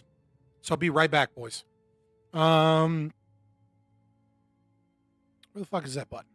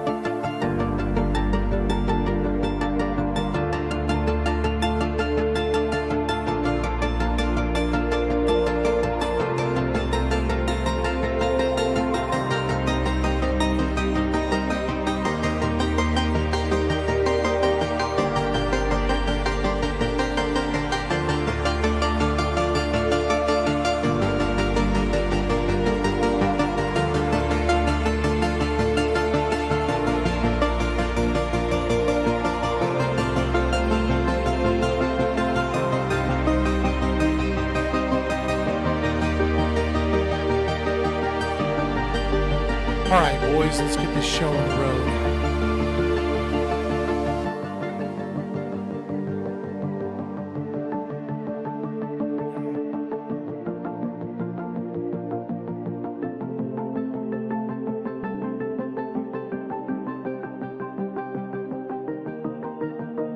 Oops.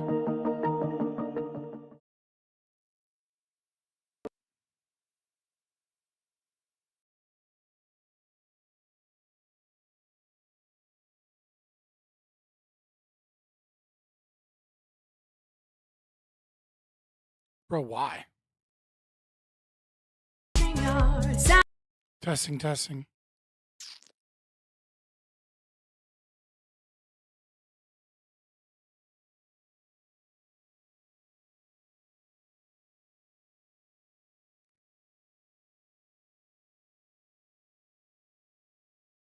What is happening? Visual effects. A well-lit green screen or blue screen is required. I have a green screen.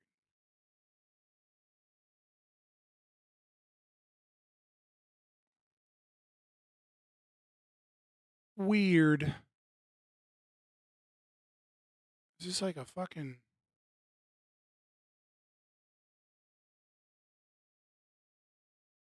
Oh, let me put the music back on. Sorry about that, boys.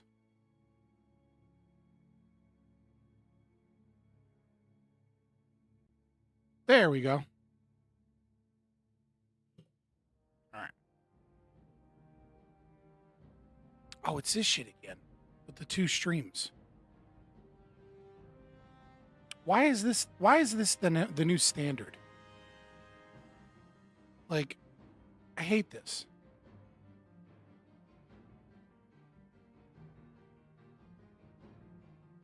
Like, it's fine unless you're the person doing the you know what I mean, not like streaming the screen.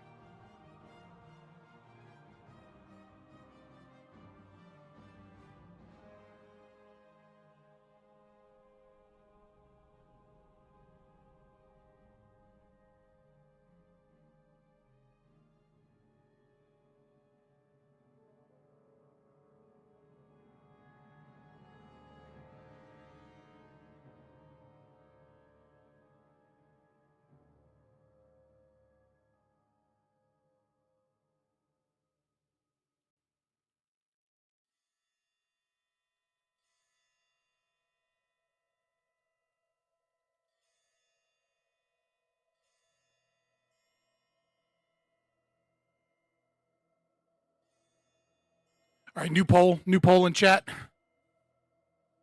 New poll in chat. What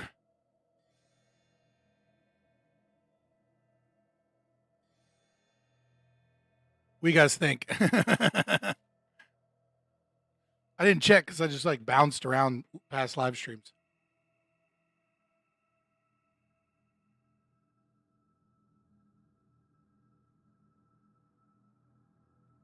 You say you're excited, but like 15 people left. I knew this would be like a different kind of stream, so we'll see.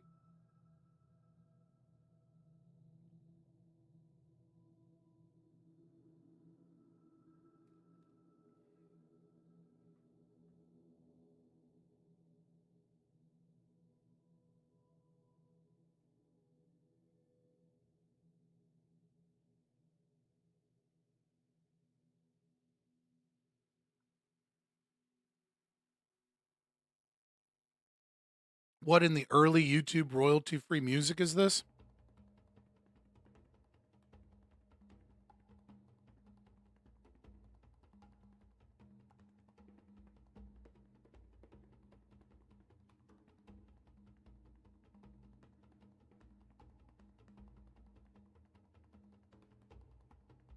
Taking an English class, history and government, going to be full of amazing state propaganda. Oh God, I can only imagine. Because it was rough when I was in college, and that was like a fucking decade ago now.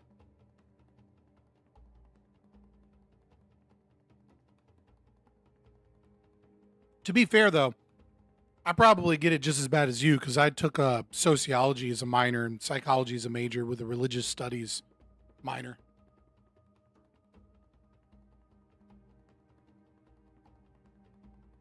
Technically, sociology was a minor. I did everything but the capstone and statistics because the college was like, oh, yeah, you have to take sociology's version of statistics in order to get a double major. And I was like, I already had that class. And they were like, yeah, well, you took the psychology version of it. Now you got to take the sociology version. So I'm not paying for the same fucking class I already took and got an A+ in. The fuck are you doing? So I just kind of like, you know, was like, all right, whatever, I'll do a minor. Uh-oh. Just to let you guys know, just because somebody is not a combat veteran doesn't mean that their story isn't important. And today, we have a special guest. Dude, already Scott, apologizing who for me being a is going pogue. to share with us his story. So, without further ado, let's welcome to the show, Scott. Bro, did you start your intro by being like, Nope, just you for the muted. record? Oh, damn it. Dude, did you start your intro just by being like, just because he's a pogue? The fuck was that? Maybe. You got into it before I could. You know what I mean? I was going to be like, look, you know, this is going to be an interesting one, bro. Yeah. I'm excited. Yeah. I'm excited too. So, obviously, before we dive in, are there any topics you'd prefer to avoid today, Scott? Ones that violate YouTube's terms of service. That's it. Okay. That's fair enough. You know what I mean? Like, don't be like, do you think we should shoot transgender people? Yes or no? And how many bullets will it take? You know what I mean? Like don't do that and we're good. I don't care. Right. Okay. All right. And how would you like to be introduced? And is there anything you'd like the audience to know up front? Yeah. Hello.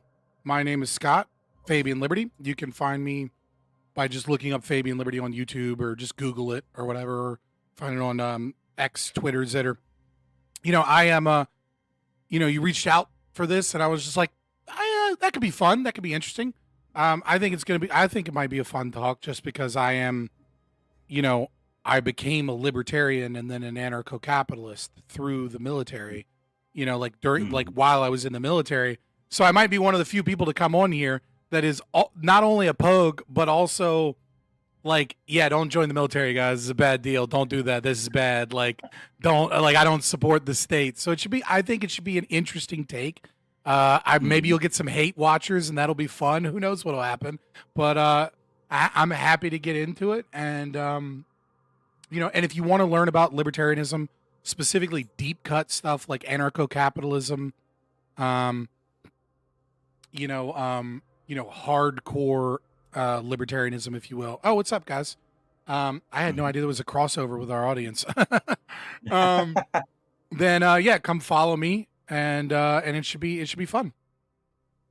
Yeah, should be. I've watched a few of yours, and you're not everybody's cup of tea, but that's okay. Not everybody's gonna be. As Liquid Zulu says, I'm preaching to the remnant, right? Like I'm doing, like he's put in a video. Is a great way of putting it. It's like, I'm not your Dave Smith. I'm not your libertarian everybody knows. Like we're preaching to the remnant. We're doing Isaiah's job. Like we are the radicals that are preaching to the few so that when shit hits the fan, there's a few people that are like, no, this is how we rebuild things. Right. Okay. So, first question, what branch and MOS role did you serve in? I was in the Army. I was a 68 whiskey or combat medic / healthcare specialist. Everything I did was obviously healthcare specialist. Mm-hmm. Self-identified. And what motivated you to join the Army? So the primary one would just be the GI Bill, right? I think it's a pretty common thing that there are a lot of people that join the military that are you know, maybe a bit of a fucked up family life. Things didn't quite go on that, like, you know, that perfect millennial story of like, you know, oh, you're going to go to college and then you're going to do this, and you're going to do that. You know, I was traveling the East Coast with gypsies and they self-identified that way. I'm not using that as a slur. And doing like construction work and shit. And I was like, dude, I'm the smart guy. Like, what the fuck happened here? Like, I need to correct my fucking life. But then on top of that, every one of my fathers, from father to son, up to the Mexican-American War, was a U.S. Army veteran. And so it's like, I don't know that they imposed it on me, but that was certainly kind of like a back of the mind thing. Like, what are you doing, man? Like this is also part of the legacy. Because at the time, I wasn't like a hardcore libertarian or anything. You know, I was just kind of like waffling. I was lost. Mm-hmm. Yeah, so you're almost like Lieutenant Dan's story a little bit, except a little bit. Except not everybody died every single war. Yeah, no, my direct descendant, as far as I can go back from military in the Army, would be General Winfield Scott, who was who invented the transportation corps during the Mexican-American War, and he was also the one that came up with Lincoln's Anaconda Plan to separate the Mississippi blockade during the Civil War, and also known as Old Fuss and Feathers. I feel like he had a shit personality, but whatever. That's my forefather. Yeah. Right. Yeah. So what was your initial training experience like? You said you were a medic, so. I was homeless for a period of my life before going into the military, and I was a little bit older. And so like, you know, I was like 20, you know, I was already in my 20s, early 20s, right? I don't want to dox myself too much with timeline, but we'll say, you know, I was in my early 20s. And then I, you know, and so like, you know, like when Shark Attack happened and like Hell Week and Basic and things like that happened, I was kind of this mindset of like, dude, I've gone 3.5 days without food before. Like, this guy that's not allowed to beat me up is going to yell at me. And then after he's done yelling at me, we're going to walk to the DFAC. This is great. You know, like, so, I mean, like, it still did change me. But I think that I had like a, you know, that psychosis that you go through in Basic where they're breaking you down. And then all of a sudden you get this really gung ho kind of, you know, oorah, you know, hua, whatever fucking energy of like, these are my brothers. I would die for my brothers. I kind of had that, but I didn't have that same experience because I was a little bit older. I've been through some shit, and like I was very focused on like, you know, I'm here for a GI Bill. I'm here to get my life straight. I'm a loser. Fix me, Army. You know, right? So it was fun, and then you know, AIT like everybody else, and you know, went and did you know, the medic stuff and went to school or whatever. But yeah, it was. I mean, it was fun. It was just kind of. It just was. I mean, obviously, we all have a billion stories to tell of like random things that happened or fun stuff, you know. And not so fun stuff too. Well, for a fun story, right? We're being lighthearted because I'm going to shit on the military a lot. The concept, not necessarily my personal experience, right? So, fun story. We were in bays in AIT. We were like one of the last people that were still in like old bays instead of like those little like apartment rooms. And fucking 68 whiskey takes a while. I mean, it's not like nuclear submarine or something, but it still takes a while. And it was shit. And we had like, there was like asbestos fucking everywhere. And so like we weren't allowed to like buff our floors in our specific bay because that would cause asbestos to go in the air, which is like, you know, cool, Army. Thank you for dilapidated structures and just pretending like it's not an issue. But anyways, so our first sergeant would like just come and give us shit every single time about how it was dirty and disgusting. And he was just riding our ass to ride our ass. Like he didn't like mean anything of it. It was just another kind of like training mechanism thing. And so he was just give us shit. So we had a couple guys sneak off post and buy a pressure washer, rent a pressure washer, and then sneak a pressure washer back on post because they like knew one of the guys knew somebody that was stationed at Fort Sam Houston, right? And so they like used him to sneak off post, rent a we pressure washed the bathroom and then got it back to that guy and got it off post without him knowing. And he comes in and he's like, what the fuck did you like? He's like flabbergasted because we're cleaning with equipment that we shouldn't have and the equipment's gone and he knows something's up, right? So he's secretly proud of us. And he then brings the like not the 1-star general of the post of like TRADOC facility, right? To come look at our bays. Because secretly this whole time, without telling us and only giving us shit, he has been really proud of what we're doing because we've been working so hard to make these bays clean. And he gets there and he's showing off like, you know, look how great I did with these soldiers and everything. And he gets to one of the desks and he opens it up and somebody had left like a whole bag of pistachios that were just all in there. And of course, now he's an embarrassment, right? Like he thought he was going to show off and now we've got contraband in a place we're not supposed to have it. So he loses his shit, smokes a dog shit out of us, whatever. We're pissed because like you've done nothing but shit on us this entire time. And then secretly you're proud of us. And then one person has pistachios and you smoke the dog shit out of us and like yell and scream at us for like 10 hours. Like we're the worst of the worst. So what we started doing is we started trading details with the other platoons and we started leaving Post-it notes to torture our first sergeant playfully everywhere that he was. And what we would do is we would get the detail to clean his room even when we weren't supposed to have it. And then we would leave like a Post-it note on his computer desk on like his screen. And it would just be a famous quote, but we would replace a word with pistachio. And like, so it'd be like a pistachio a day keeps the doctor away on like a Post-it note on his desk. Or like we'd get the permission to go clean his car. And then like under his windshield wiper, it would just be like, with great pistachios comes great responsibility.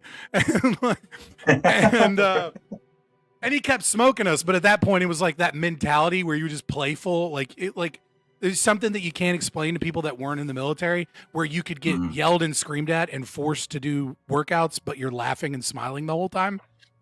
Right. So there's a good story from AIT. You had a lot of bullshit, but I that was probably like the funnest time I ever had. Yeah. Was just finding ways and we were brainstorming like what's another quote. You know what I mean? Because we don't have our cell phones or anything. We're like, what's another quote, man? You know, like, oh, you got to come up with one. Right. Wow, that is funny.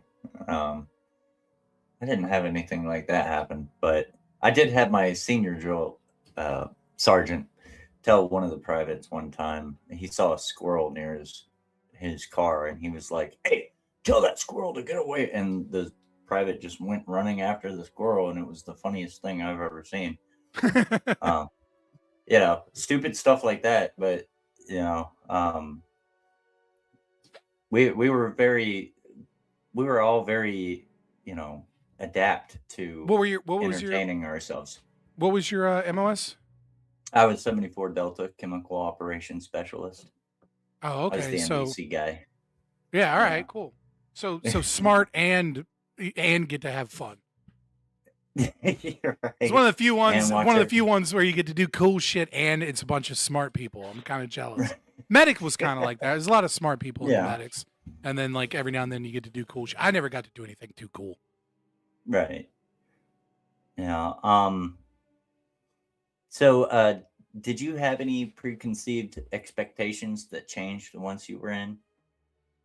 Not really. But that's because like I grew up with my great grandpa, my grandpa, and my dad that were all vets, right? My dad was in Iraq in like the initial invasion as a truck driver, even though he was a watercraft operator first. And as soon as he re-enlisted, he was gonna like drop his packet, be a warrant officer in like, you know, in the boat field. And then they were like, actually, you have orders to be a truck driver in Iraq. And he was like, fucking cool. And my grandfather was was an MP in Vietnam, and like my great grandfather was a tanker in World War II. So like there was a lot of like I knew shit that like most other people didn't know. Like one of the things my dad did is he gave me a bunch of Ziploc bags when I went to basic. And like I was the only one that night with a Sharpie and Ziploc bags, and I took like my duffel bag when we got all our shit and rolled it up and put it into Ziploc bags and was like 8 socks. You know, and like, and then when we did Shark Attack and they dumped all our shit, they were like, "Who the fuck is this private?" Like he's got like, you know, like they were all like, and then they like swarmed me, and then they were also like, "This is what you should be doing," you know. So like I kind of had like a bit of a hint of what to expect from like from my family in a way that like was probably a bit of a privilege, you know. Not to overuse the word privilege. I don't mean it like the woke people. I just mean like I knew what to expect to a certain degree. Oh. So basically you were displaying your white privilege, is that what you're saying? Yeah, hardcore. I hear that. What was a typical day like in your job? When I got out of AIT, I was in MEDAC, and I was basically I worked mostly with civilians. I had a very strange experience in the military. I had the pogest of pogue jobs, right? So my days were really, really long, right? Like we didn't go to formation in the morning, right? What we would do is we'd go to the gym ourselves and then, you know, maybe with like a couple other soldiers, go take a quick shower and then get to work. And I worked at an SRC clinic. And so medical inventory would be something I did that day. Insurance briefings, because I was at like so I did soldier readiness processing.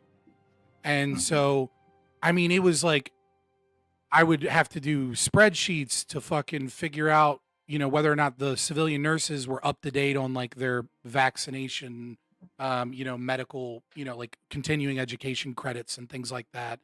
I would have to make sure that they were doing their trainings. I would have to do insurance briefings for new soldiers.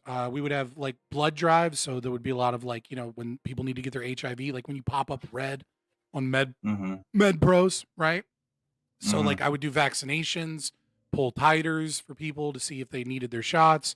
When soldiers would deploy, like we would go to the airfield in a van with a bunch of shit because there's always like 1 or 2 soldiers that would try and sneak in to fucking Afghanistan, not getting their smallpox and be like, "Hey dude, we see you. We have records. You can't go to Afghanistan without a fucking leishmaniasis, you know, shots and without fucking smallpox. You're going to spread a fucking epidemic in the goddamn unit." Like, so then people would be like, "Ah, fuck," you know? And then we would do PDHAs and PDHRAs. So post-deployment health assessments, post-deployment health reassessment. And so we would do a lot of that. So it was, and then, and then after the office would close, I did a lot of work, coding medical records for like other clinics that were behind. So like my day started at like 5:30, 6 o'clock in the morning.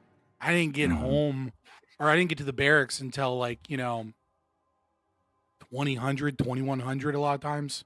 Yeah. So I had these really long office job experience. Just to give you an example of how office job it was, I would like call like first sergeants and be like, "Hey, you have a bunch of people in your unit that are red," or like, you know, like it's probably time to schedule something. And they'd be like, "Okay, put me in on Tuesday." And I'm like, "The schedule isn't open for that.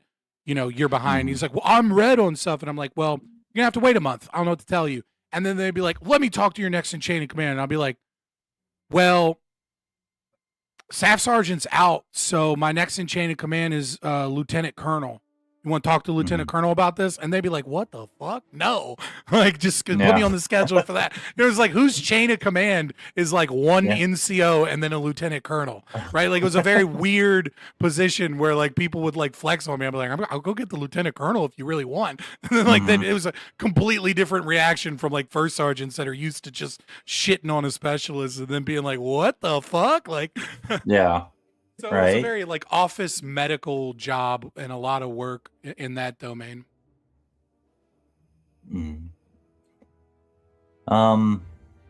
So this is the part that you probably will dive in a little bit. What was one thing civilians might be surprised to learn about military life? And I can't wait to hear this. I think civilians drastically underestimate how much of military life is like adult daycare. Mm-hmm. Like that seems to be the number two would be just how much money's worth of shit I was in charge of as like a very low ranking person.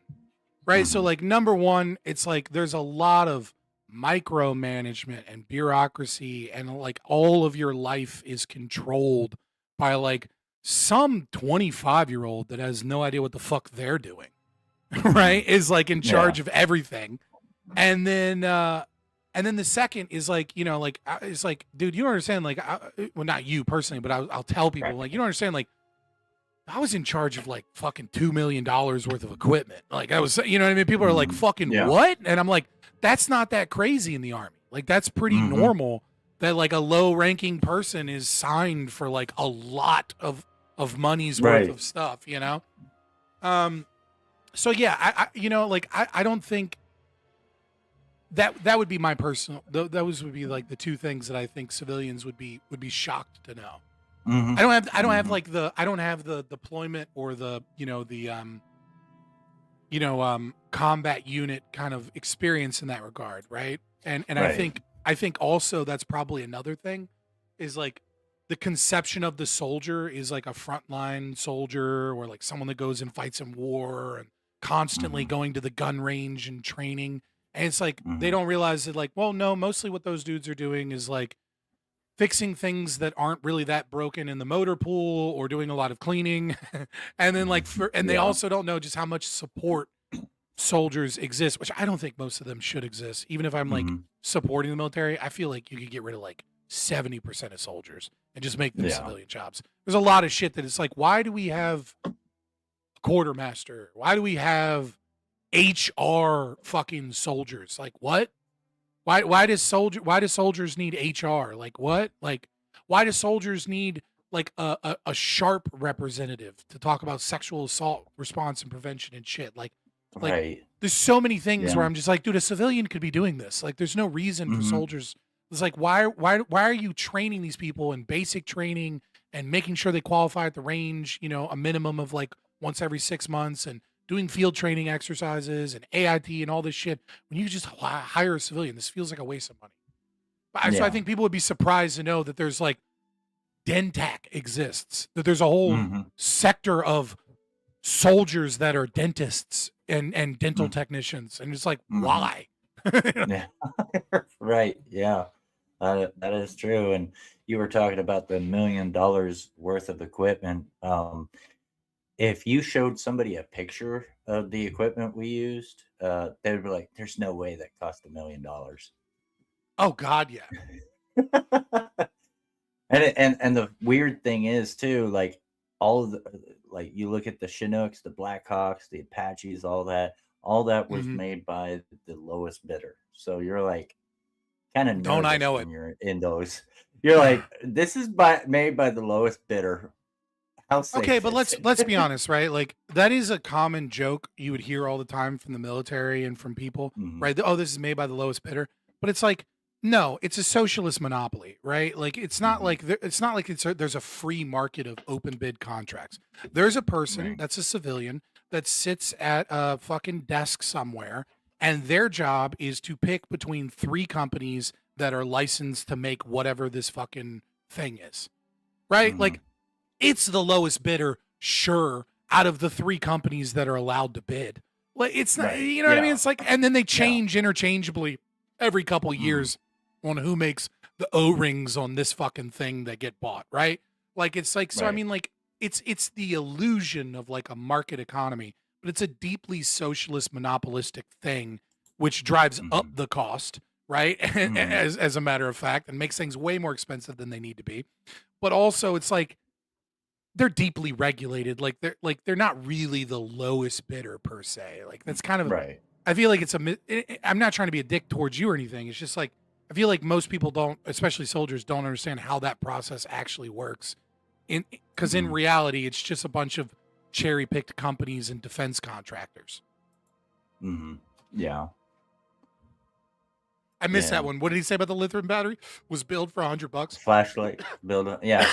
I remember I my had dad. a buddy in supply. Yeah. My dad. You'd be surprised. My dad came back from Iraq, his tour in Iraq, and he goes, dude, let me tell you, man, the next time a war is about to pop off, you need to invest in whatever company makes the fucking glow sticks. Because like the amount of fucking glow sticks that are used in war is insane. And he was like, he's like, every time I go around a turn at night on a truck, shooting out glow sticks so we don't get lost as a convoy, right? Because you don't want. You don't want to split up the convoy by accident, even though you pre-plan the route. Shit happens, you get scared or something, or you know what I mean? Like you panic or something. Shit happens, right? So you go around a corner, a couple of the trucks are shooting out like 7 or 8 glow sticks at every fucking corner at night. He's like, dude, like the amount of glow, he's like, it has to be like $1 trillion industry. Like it's insane. He's like, they're not cheap. Yeah. Oh yeah. Yep. We used glow sticks in room clearing. They're used in like fucking everything. Like whoever's making the glow sticks, next war that pops up. I'm mad the Venezuela war only lasted a couple hours because I didn't get an opportunity to invest in glow stick company. You know what I mean? Like I could have been rich. You and me, Mike, we could have been rich. Yeah, we could have. Yeah, exactly, man. It is crazy how much glow sticks are used. So were there skills or habits you learned that you still use today? To this day, I have a sense of anxiety of walking on grass. I'm not joking. I don't like not a deep anxiety, but like for whatever, I can't do it. It's like there's a sidewalk. I'm walking on the sidewalk. There's no part, like it's like it's almost crazy to me when I see someone. I'm like, you're just walking on the fucking grass. Like, what are you doing? You know, like, and I'm like, oh yeah, I've been a civilian for fucking a decade now. Like, why do I need to give a fuck about the grass? Right. So that is one habit I've picked up that is just hardcore. I'm probably more clean than I used to be. That's one thing. A little more organized, a little bit more clean. But the grass walking one fucking stuck with me. I don't know why. Of all the things, it stuck with me. And I walk faster than normal people. Yeah. You know, I walk faster. I eat faster. I don't walk on grass. If there's a pathway, and I'm a little bit cleaner. Those are probably the habits that stuck with me. Yeah. I gotta ask you, because it took me a while when you got out and people called you by your first name. Did they think you weren't listening to them, and then they finally called you by your last name, and you were like, "What?" My roommate is also a veteran. He was my co-host back in the day. He's not on camera these days. He said the walking fast is my doing. No, bitch, you fucking run, and you call it walking, brother. I can do like around normal people. Even before then, I could do laps around people. You just walk so fucking fast that I now walk faster than I used to walk. But this is not purely you. We both walk way too fast, and it's the military does that to you. Yeah. But do you guys both walk fast in step with each other though? He walks faster. I don't know. I'm 6'5". I don't really walk in step with most people. Like I don't do that marching thing or whatever. Yeah. But yeah, I still go by my last name. My last name's Scott. Oh, okay. All right. It just happens to be one of those last names. It sounds like a first name, which is a great way to not get doxxed on the internet. It's just like, it's Scott. Yeah, go look up all the Scotts in America. Tell me how long it takes for you to fucking dox me, bitch. I get that. There's a lot of them. Yeah.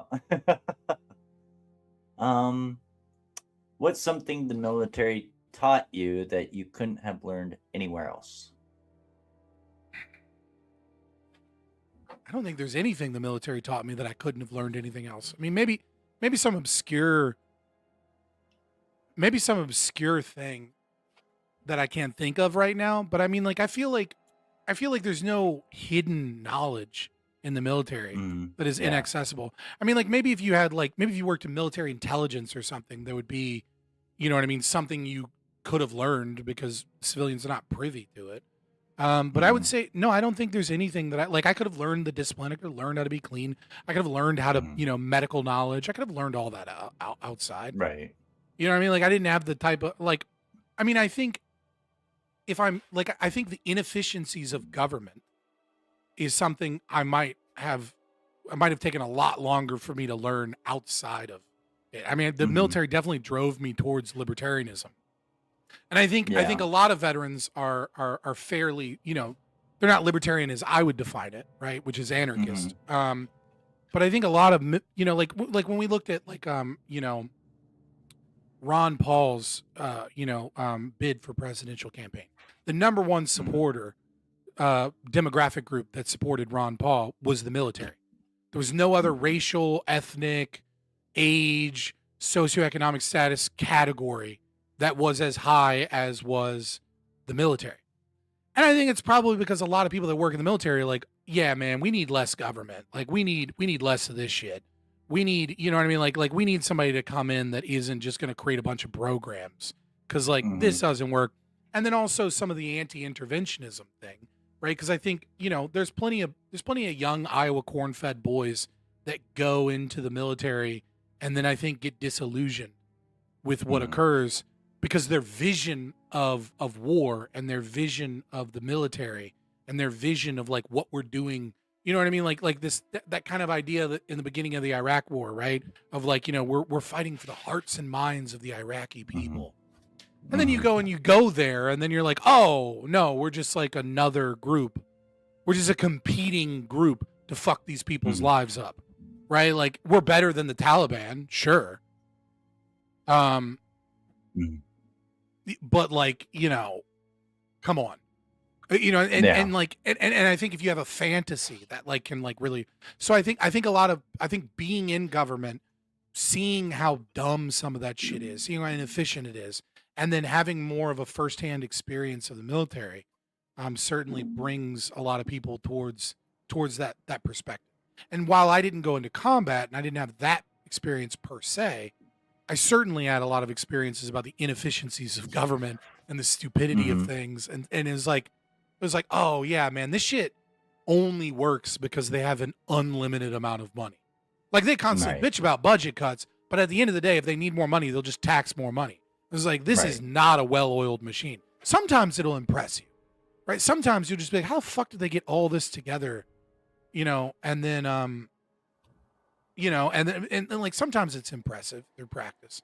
But I think more often than not, it's like, man, there's so many easier ways to do this. And it's like, hey, Sergeant, can I just do it this way? And then it's like, well, buddy, no. What do you mean you want to try it and do it a more efficient way? This is the way we do it. And this is the way my boss told me to train you to do it. You want me to go to up the chain of command to fix this thing? This is a decision that's way above your head, Private. Like, do it this way. And then you're just doing it a dumb way. Like, oh, this is not it. Like for sure. Let's see. How did serving shape your view on discipline, teamwork, and responsibility?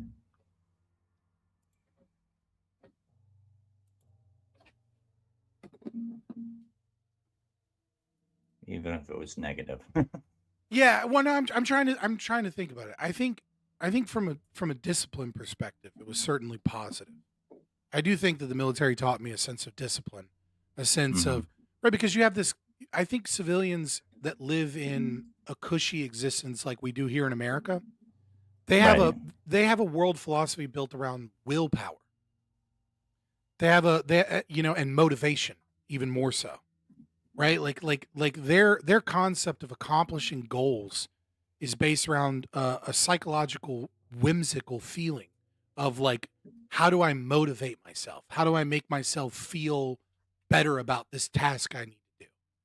And I think in the military, you learn, after you get fucked by the big green weenie a few times, like your motivation is not what's fucking important.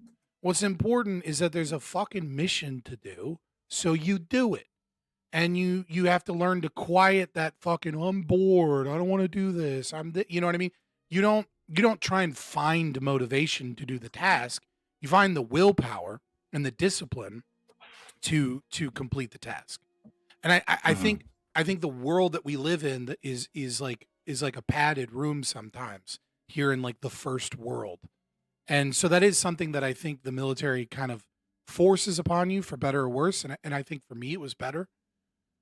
In terms of teamwork and things like that, yeah, I don't know, man. I worked fairly independently, and when I did work with other people, they were usually idiots. And so I didn't have an experience that really forced me to engage in like this really good sense of understanding of teamwork and trusting others behind my back and things like that. But again, I think my experience was rather unique in terms of like working with a lot of civilians with limited chain of command, being given a lot of tasks and responsibilities to do by myself. Right? Like most things I was tasked with doing weren't a part of a team. They were like, go into that room and count every single fucking thing in that entire room to make sure that we haven't lost any of this. You know, I was in weird leadership positions of civilians where it was like, make sure their training is done. You know, like most of the things I did were just independent. They weren't necessarily teamwork based. If it all fails, has a question. Did it make you evaluate everything differently? Did it help you make decisions under stress? Man, I could lie and say yeah and be gung-ho about it, you know? But like, I'd already been through a lot of fucking stress in my life. I'd already been through a lot of shit, you know? Like, I was raised by a mother who traded with BPD and by a genuine malignant narcissist. Not like every girl on the internet's last boyfriend was a narcissist because he told her not to wear that dress out in public, right? I mean, like my stepfather, just as like one example, mugged my mother with a mask on and then hurried home to then be her savior and her protector because he wanted her to feel vulnerable in the neighborhood they were living in. Like, that's the type of family environment I grew up with. Like, I didn't see most of it. Most of it was invisible, but I had no idea that like my stepdad was trying to figure out ways to entice my mother to beat me so that he could then save me so that I would see him as a hero. Like I had a fucked up childhood, right? And it's like, and then I was homeless for a while, and I was doing, you know, coke with Armenian gypsies and construction work, and then I joined the army. By the time I got to the army, I was just like, you know, 3 meals a day, we're good, you know. I mean, like it was like what was defined as stress for me was just like that was more of an internal thing that I did to myself. Like I probably took on more responsibilities than were even foisted on me just to stay busy. Wow. Yeah.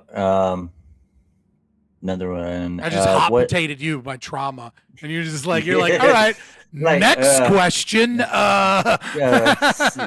Next.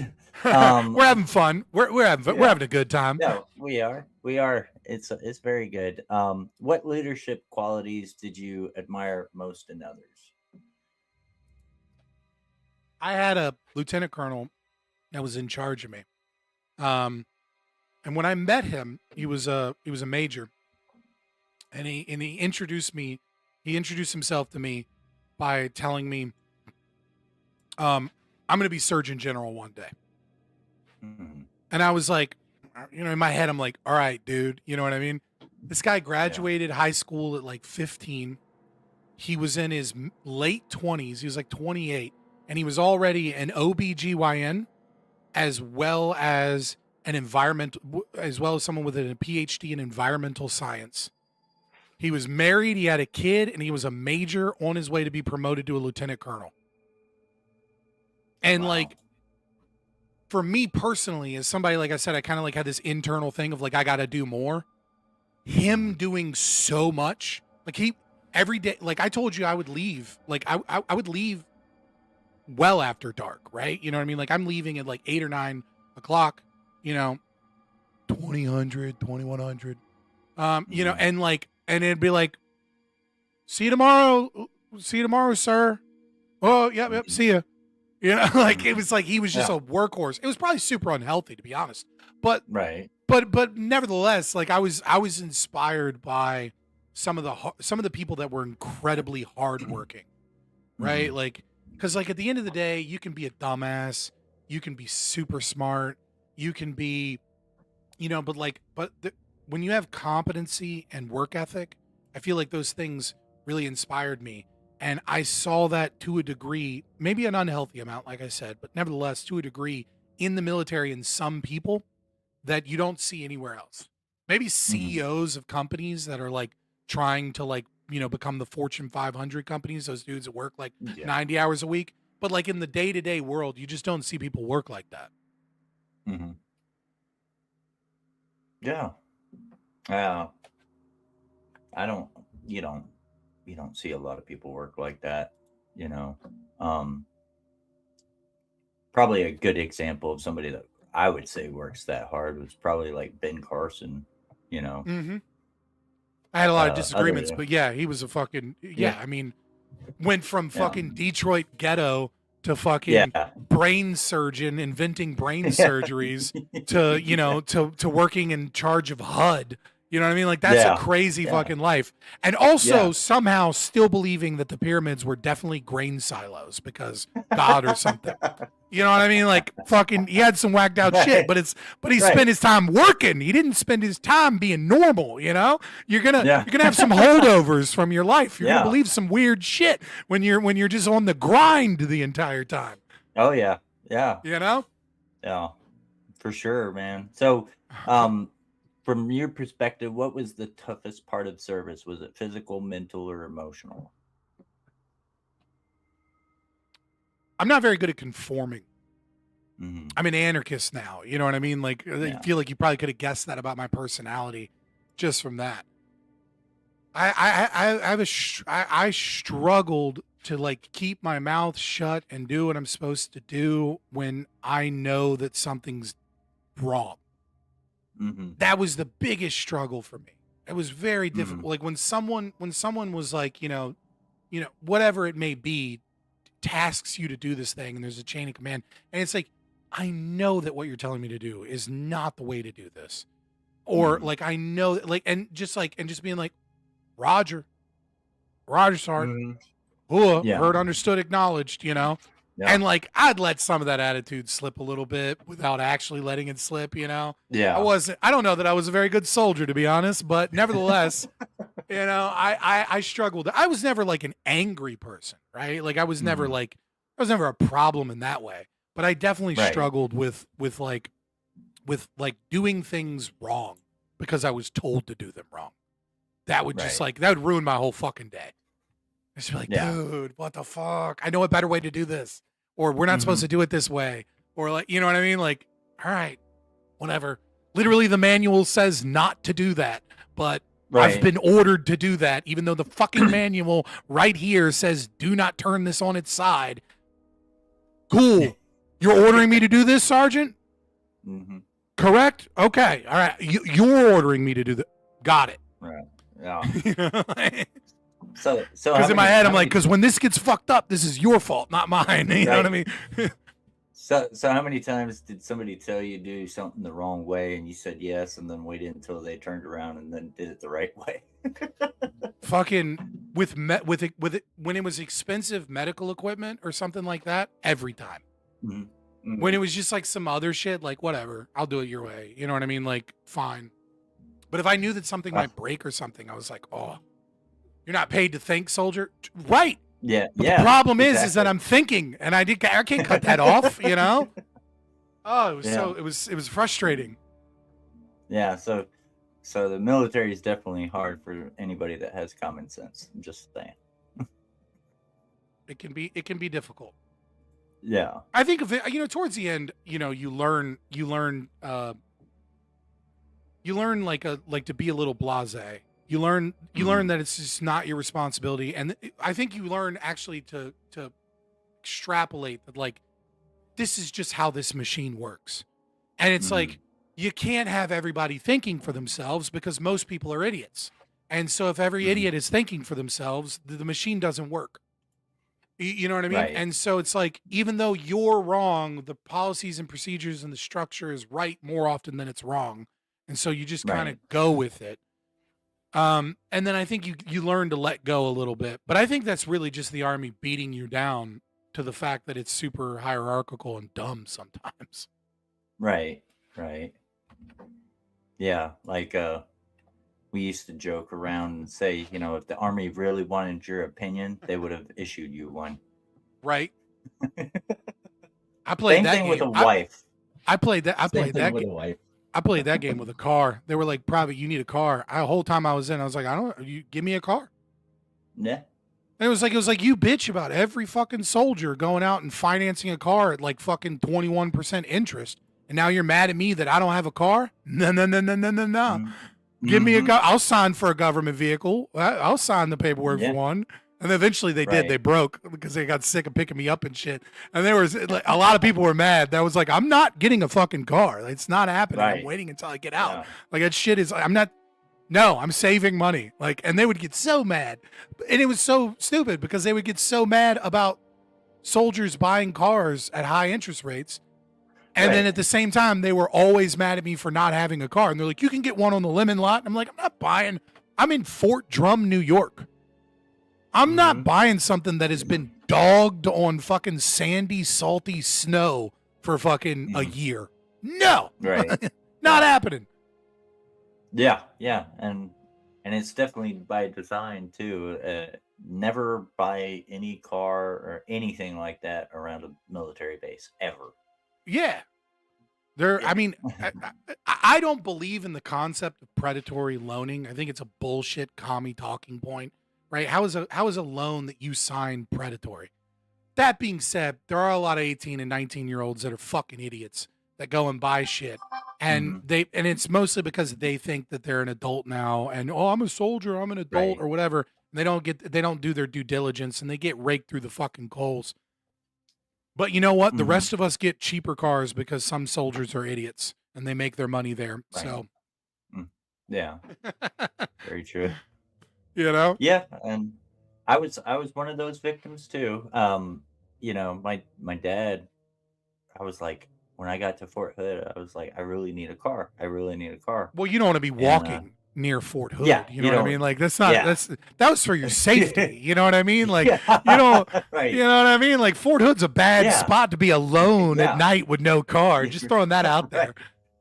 So I went and I got a car, and my dad was like, "Oh, don't worry," because my mom and dad were going to come out and help me shop around and everything. And I thought I knew better, and I went out and got a car and high interest rate, but my dad was going over the contract and he said, "You got lucky. You have a high interest rate, but it's not a bad deal.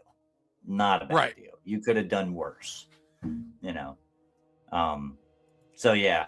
Probably some rebate or something. So the interest rate was high, but the principal wasn't that high. So it's like, okay, they made a lot of money off of you. You could have got a better deal, but you didn't get a horrible deal type thing. Yeah. Right. Yeah, exactly. So y'all gotta be here. Just a quick tip to anybody watching. Okay. You before you buy any fucking car, get a finance app to allow you to do calculations. Cause everything that they'll do it based off of the monthly payment. Okay. And you want to know how many months it is, what is the monthly payment, so that you can compare how much they're at, because they'll trick you. They'll fucking trick you. They do this thing called the grind now, where they try and make it 4 or 5 hours for you to buy a car so that you're dumb and you'll fucking agree to all kinds of crazy interest shit and then sign on it. So get a finance app and be like, no, this is what I'm paying. And then number 2, don't get a loan from the car company. Get a loan from your bank. And then go to the car company and be like, this is how much money the bank is giving me. What can I get with this? Yeah. Yeah. And also too, if you have a trade-in that you want to trade in, wait until the end to say, oh yeah, by the way, I have a trade-in. Yeah. Good. That's good. It's good advice. Yeah. Yeah. Because you want to wait until they give you that finance option, like, hey, this is what you'll be paying. And then that actually is like good advice. I saw that on a YouTube channel. Some credit kind of people, and check them out. I can't remember the name of the channel that I was watching, but I learned that. I don't know. And also, I never buy new. I buy used. it's better, you know, to buy used. My personal opinion on that, but to each is their own. But they, you know, if you do buy used through a car company, that's where they really get you. Yeah, yeah, they won't put if you notice, if you go car shopping, they won't Mhm. push the newer model on you. They'll always push the older because they can Yeah, get they make more money. Yeah. Yeah. So That's why they want that trade-in so bad. Because they want to sell another used car. right. Yeah. Yeah, exactly. So how did you maintain morale and motivation during difficult times while in? Video games and vaping. Next question. Quick one. I was one of the original vapors, man. Like I had like the box Yeah. mods and shit. Because I was a medic Mhm. and I smoked. Mhm. And then I had to quit smoking. Because you can't Mhm. smell like cigarette smoke when you have patients, right? Right. That was a fucking nightmare. And nicotine, like I got an addictive family, you know what I mean? Like an addictive personality. I need something. Oh, he ordered a bike on deployment. That's wild. God, no. No. That's a terrible idea. Yeah, so video games and vaping. That's how I did it. Yeah. Yeah. Yeah. A booth in I remember Kabul sounds those. like a great place to buy a motorcycle for sure. Best place. Yeah. Yeah. I think in Bagram, Afghanistan too, they had a booth where they would sell you like Ford F-250s at like high market price, and they're like, "Oh, don't worry about it. It's tax exempt and blah blah blah." And they really get you. And I was like, "Yeah, no, I'm gonna wait until I get back to the States." Yeah, no. Yeah. Terrible idea. Oh yeah. So vaping and video games. What video games were you playing? I'm not gonna lie. I don't remember. It's been a decade. They all bleed together, you know. Like I don't. I know I was gaming and watching, you know, anime and shit. I just don't remember. I don't remember what I was. I genuinely don't remember what games I was playing. Oh, ours was definitely Halo. Halo, definitely. No, I had a gaming computer, so like I was playing a lot of different stuff. Yeah. Oh, that's cool. That's cool. Okay. For others who served, how can we be more supportive and understanding towards each other? Hmm.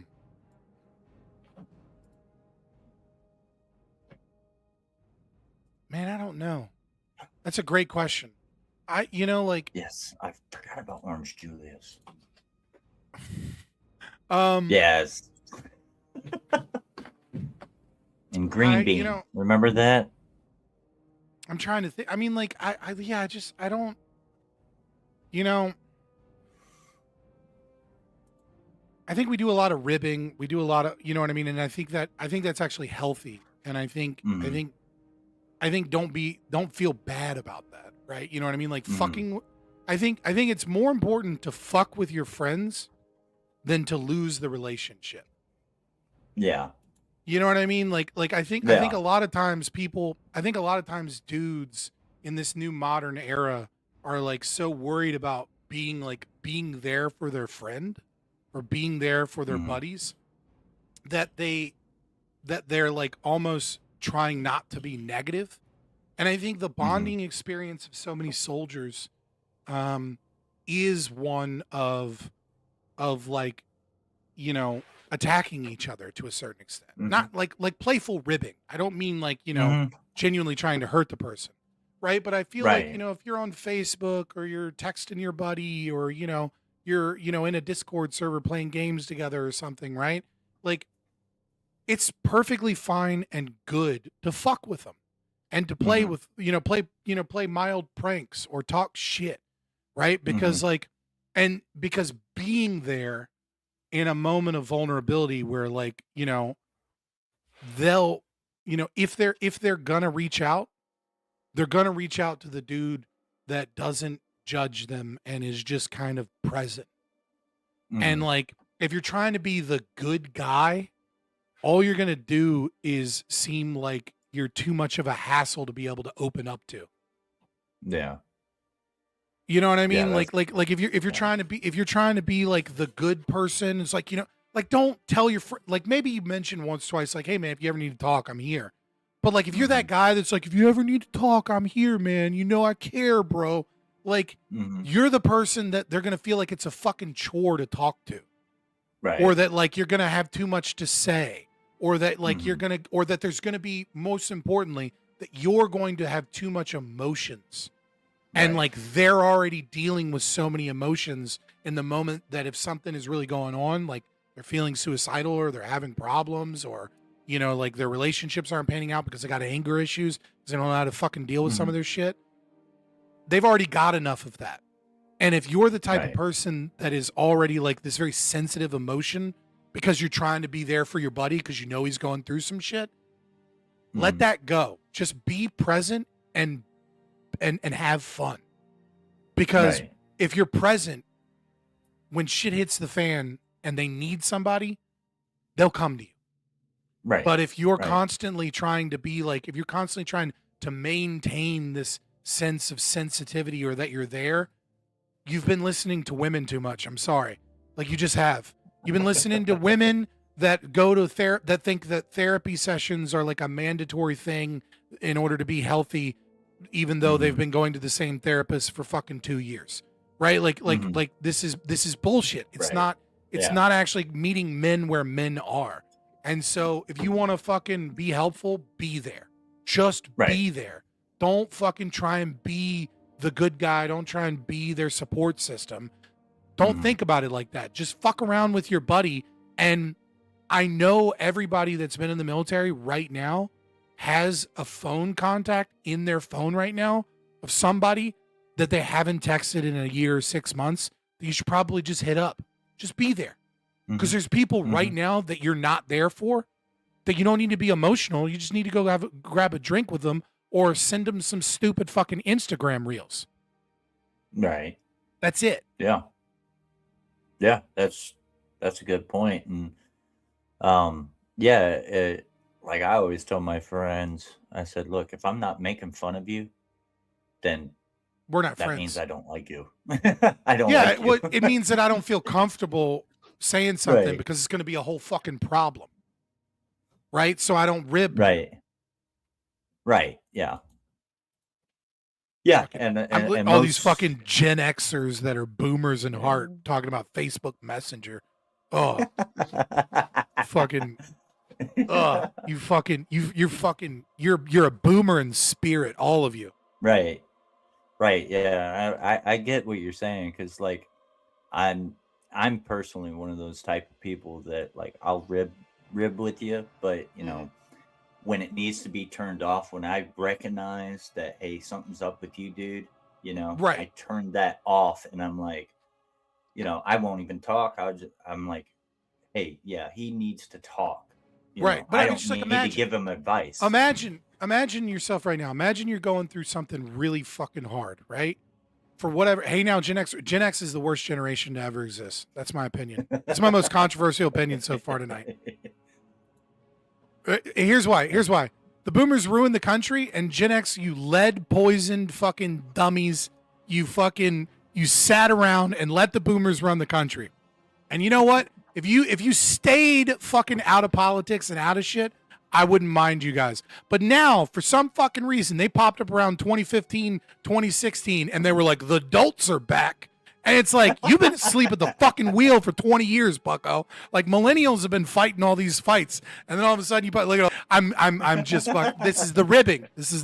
Yeah. All right? Yep. You fuckers. And then all of a sudden, they're like, I drink water out of the water hose. It's like, yeah, where water comes out? Shut the fuck up, man. Like, stop. But anyways, but if you think about it, right? Like, you're going through some shit, right? Who are you going to talk to? Are you going to talk to, like, your friends, your girlfriend's boyfriend that's like real fucking nice to you? Or are you gonna talk to one of your dude bros that like sends you the most fucked up dark shit from Instagram of like a fucking of like like a Down syndrome kid getting an interview from a reporter and being like, "What were you doing just before the fire?" And he's like, "Yeah, we lost a lot from the fire. And like my matches and my hairspray, I was having a lot of fun with that." And then you see that and you're like, that guy, that's the guy you're going to talk to. Yeah. You know, like that's when yeah. shit hits a fan. That's the guy you're going to be like, dude, I don't know how to say this to any, because there's dark shit, right? Right. And there's dark shit. We all have dark shit. Mm-hmm. Like right. some of you guys right now don't say it, but you know there's a time where you almost hit your wife. Mm-hmm. And then you saw yourself and you were like, am I that person? Is that who I am? Like I punched a fucking wall because that's Mm-hmm. all I could do to not punch her in the face. You can't tell that to normal people. Mm-hmm. You can't go public and say that. Right. Right? Like that's what that friend is for. Mm-hmm. And if you're going through something, talk to that Right. guy. You know what I mean? Like that's what that friend is for. Because there's some shit you can't tell normal people. Because all they're gonna do is be like, "What the fuck, dude?" You know what I mean? Like, yeah, you're fucked up in the head. Right? It's like, yeah, you I know. need someone that understands that about me. Right? Yeah. yeah Someone in my exactly. chat goes. Someone in my chat goes. Eminem wrote a song about that. That guy. That's the guy you talk to. You know? Yeah. Yeah. You contact that guy right there. He knows exactly what you fucking need. He does. Right. He's like, dude, let's go get a beer, and we're gonna go fuck some shit up, dude. Let's do it. Right. And you're Exactly. like, yeah, that's what I need. You know. Yeah, for sure. So I think that's a really good point right there, man. And as we say, ranger up. Just ranger the fuck up.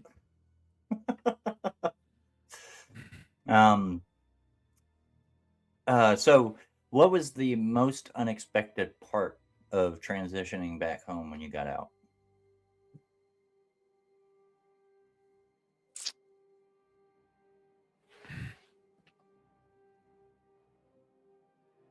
I feel like the Army tried to do a really, really good job of explaining all the financial difficulties that come with like plopping back up into the real world. And I feel like literally everyone ignored it because they were trying to get their paperwork done and get out. Right. You know, like I think save up money, make a game plan. Because I think a lot of people that are in, you'll hear all this shit and then you won't listen to a fucking bit of it. And then you'll get home and you've got money. And it's like, man, it takes a while to get an apartment. It takes a while to find a new source of income. It takes a while to figure out just what you're doing with your life. It like all these other distractions and things play a role in that too, right? Like your psychological state of trying to transition back into the real world means that you're not really ready to fucking go get a normal fucking job a week after you get out, right? Like you need time. Yeah. And in order to have time, you need money. And you need a plan. So like, and I think a lot of people end up homeless because of that shit, man. Like a lot of people do. And even the ones that are like, what? That's not gonna be fucking me. I kind of know what I'm doing. And then like a lot of people get out and then it's like, oh fuck, I don't know what I'm doing. Like I have to figure out rent. I have to figure out a job. I have to figure out a job interview now where you have to put in fucking 150 LinkedIn job applications to get like 3 returns. Right. You know what I mean? Like it's a lot.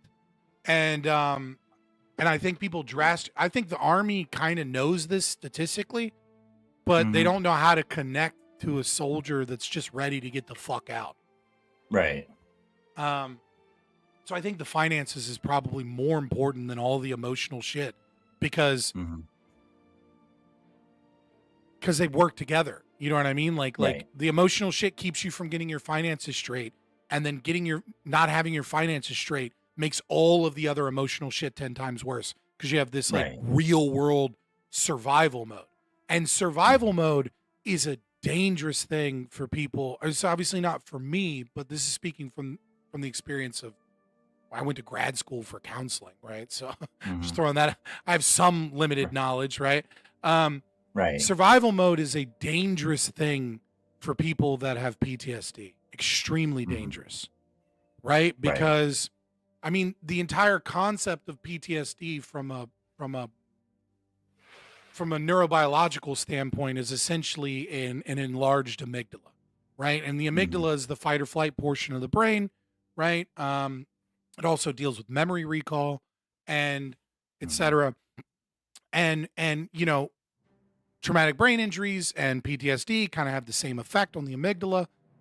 You know, the difference usually is restless leg syndrome, hilariously enough. That's usually the big difference between the two of them. And so if you got restless legs at night, you might have a little bit of PTSD or TBI, just throwing that out there. Especially if you're a veteran. But like the biggest thing about PTSD for soldiers specifically, and you see this with cops as well, is this constant elevated state, right? It's not like getting raped.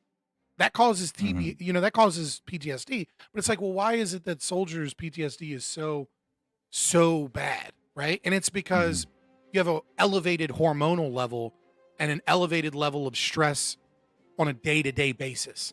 Then some shit happens, right? When you're doing routes or you're doing patrols, et cetera. So when people you get this conception around survival and this anxiety around survival where it's like, you know, oh, I had a buddy die because he didn't strap on something appropriately on this truck, right? So now I lose my shit if someone doesn't put a trash bag back in the trash can, and I'm not really necessarily connecting those two things. When you get in survival mode, you exacerbate PTSD symptoms. When you're like, where's my paycheck coming from? How am I going to keep the light bills on? All those things. Your brain defaults to that state that kept you alive in a previous experience. And so for the mental health reasons, it's so important to have your finances correct. It's so like people drastically underestimate how important that is. Luckily, I didn't deal with any of that shit. Luckily, you know what I mean? But I learned about it in college, and I got some big words to go with it if you want them, you know. But I'm just throwing that out there. That's my opinion. Right. I mean, you kind of gave a little bit of advice, but what other advice would you give service members preparing to ETS or retire? Like, I just kind of reiterate, right? Like there's overlap. Get your finances straight. You know what I mean? Figure out where you're going to get a job. Figure out what your support system is, right? Like, get confirmation that you can go to your dad's house or your mom's house while you transition. Don't just like think they're going to be there for you. Because some of you have boomer parents and they love their cruises and telling their kids to fuck off, right? Like, make sure you have a support system. Make sure that you're already trying to find a job when you get out, or that you, at the very least, you have a game plan. Make sure that you have your finances set up. All that shit. Right. Yeah. And a lot of times, the advice that I give a lot of people that are getting ready to get out or even just joining in, I tell them, keep every single piece of paper that the army, the military, whatever gives you. I forgot about that. Every single piece. You go go print copies of your DD-214. You know what I mean? Like have multiple copies in multiple locations of your DD-214, because you do not want to have to go fucking get that shit back. You do not want to show up to your local base where they fucking issue cards and be like, and not have one. And then be like, I need my copy of my DD-214. You're going to find out that there's a lot of paperwork to get your paperwork. Yeah, there is. And especially those that are like getting medically discharged, definitely keep your medical, because the VA, surprisingly, loses all your paperwork. And hell, I've had the VA say that they didn't have any evidence that I even served. I was like, then how did I get this? How did I get this? How did I get this? You know? You must be Somalian. Pretty much, I guess. Yeah. So, what advice, we kind of went over that, but what advice would you give to someone considering joining the military today, other than don't? I know. I knew it.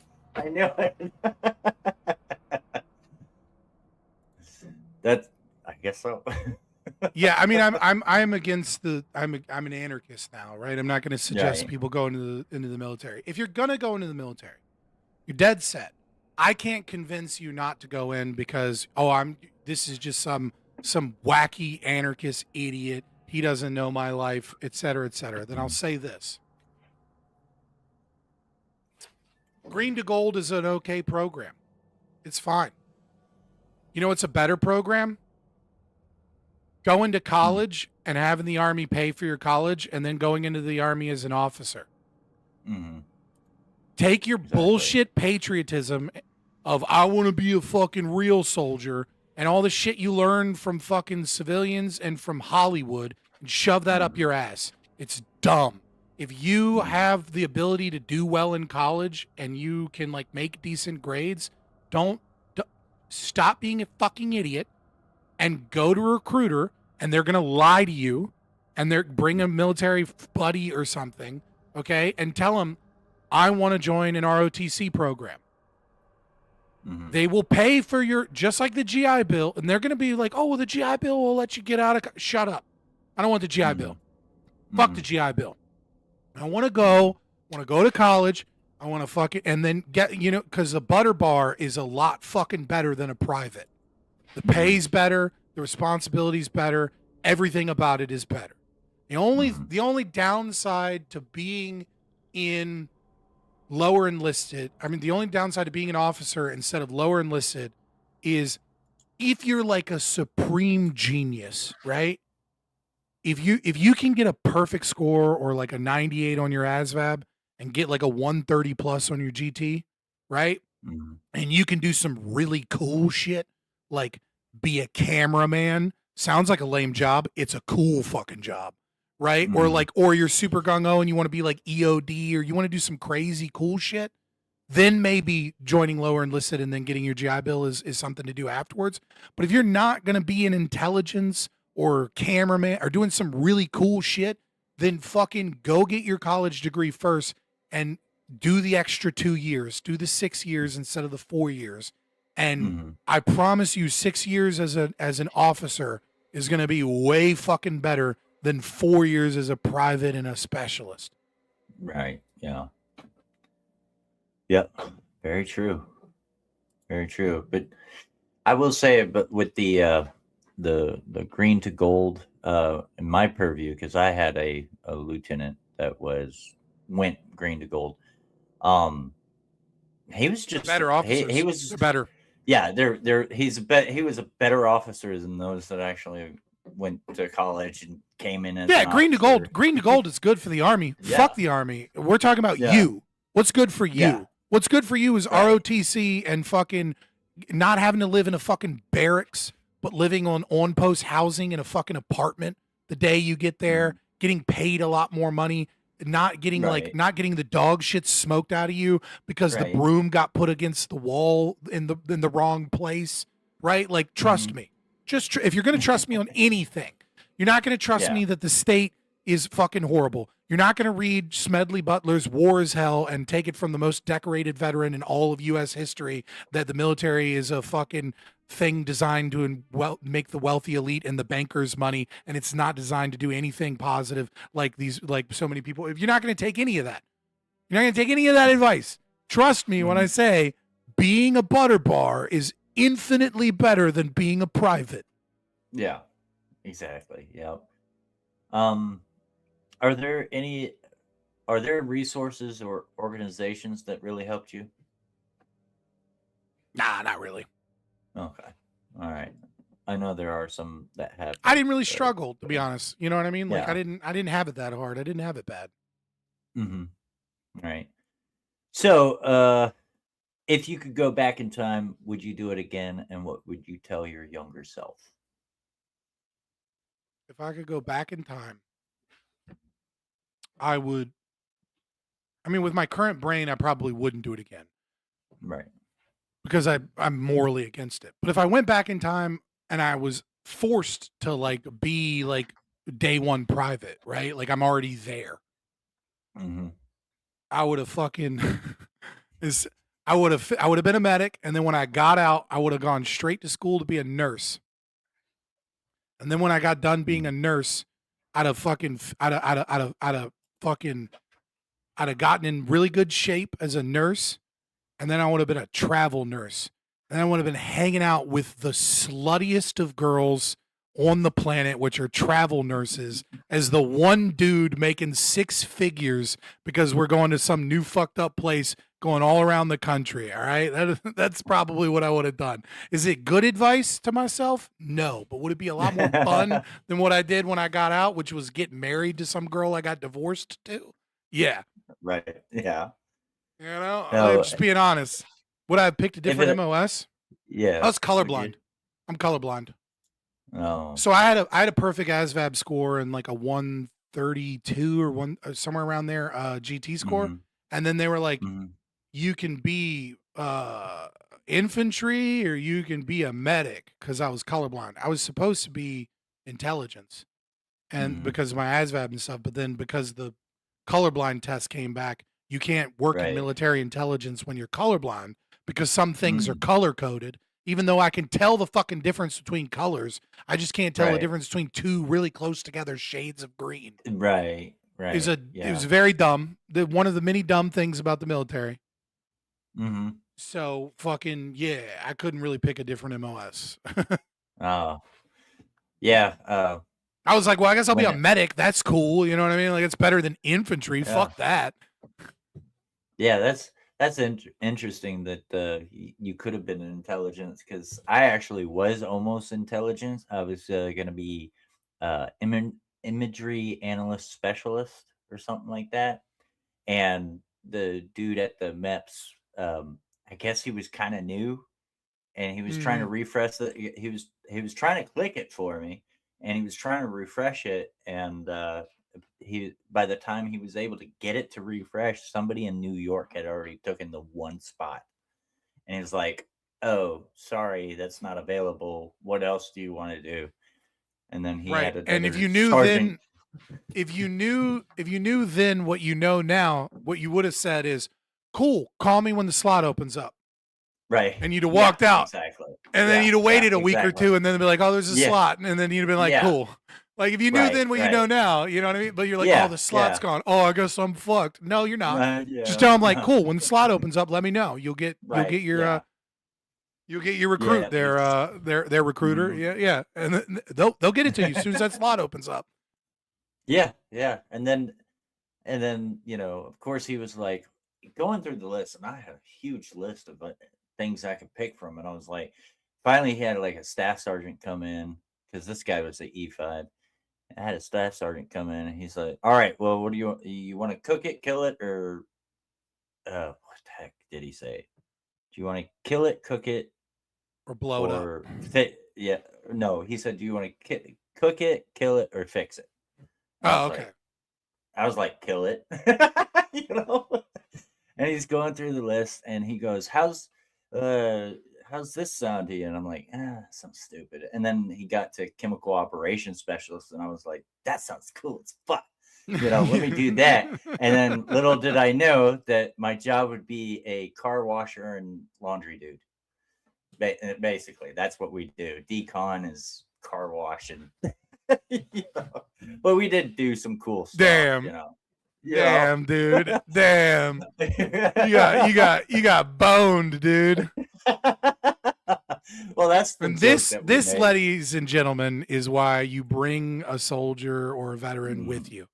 Yes, you do. You bring somebody that knows what they're talking about with you, because there's a lot of stuff the recruiter won't tell you, MEPS won't tell you. When you're getting out, they won't tell you nothing. Yeah.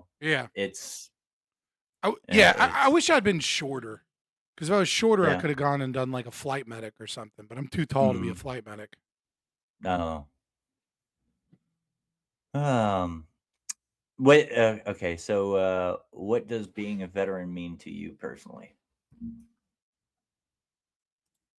Yeah, mine's going to be very different for most people. Right. But yeah, it means that I have experience with the state and have a better understanding of why the state is bad. Mm-hmm. Well, like as an example, right? Like one of the things that made me a libertarian more than anything happened when I was in the military. And someone asked me why I didn't go in the Air Force, because I had tattoos. And at the time they were not accepting people with tattoos. Yeah. That's it. That's literally the only reason I was in the Army and not the Air Force. The only people that were taking them were Marines and Army. So I went Army. Yeah. But one of the things that happened to me was we were doing post-deployment health reassessments, right? Which was 90 days after the post-deployment health assessment, everybody comes back and does a whole nother health assessment. Because the Army realized that, like, when you first get back from deployment, everybody is just so excited that they'll say whatever to get through the process. And people aren't very open about what their issues are. You know what I mean? Like, sometimes it's simple medical issues. Like, yeah, my fucking knee has been killing me. You know what I mean? Like, but when you first get back and you want to see the kids and you want, like you don't even think about that. You're just trying to get through this process. Right. Or if you're having mental health issues, you first come back, everything's fine. Now all of a sudden you're trying to transition life back in the States and you find out, your wife's been fucking Jody and, you kind of want to kill people still, shit's a little different. You know what I mean? It's a little different than it was the day you got off, and just all kinds of shit like that. Right. And so we're going through these post-deployment health reassessments and the airfield. So I was at Fort Drum, and so there was a 10th Mountain is there, and a portion of 10th Mountain is at the airfield. So they're kind of separate from the base. And they had just gotten back from Kandahar, okay? And the thing about being at the airfield is they don't have a hospital there, which means when they go to the doctor or when they go to sick call, and then they all kind of get rounded up in a van or something if they can go through sick call, right? So they get put in, like, so you have to go through a doctor essentially to see if you can go to sick call, go to the hospital for your shit. And what we discovered, me and a nurse practitioner, essentially, we were going through stuff when they were talking about their medical issues, is we had, I want to say, I can't remember the exact number. I want to say it was like 11 soldiers that had serious and some of them life-threatening medical conditions. And they had been going to the doctor, and the doctor had just called them a malingerer and told them to fuck off and wouldn't let him go to the doctor, wouldn't let him go to the hospital. Like one guy's heart rate was like, we had to send him to the hospital immediately. He was having heart issues, right? Which means that this doctor's not even taking their blood pressure when he's saying, like, man, something's wrong with my chest. My heart feels like it's about to pop out of my chest. One guy had shin splints so bad that he had to have surgery on his legs. Right? Like there was some other minor and but they were to varying degrees, but all of them were serious medical conditions where they needed to go to the doctor.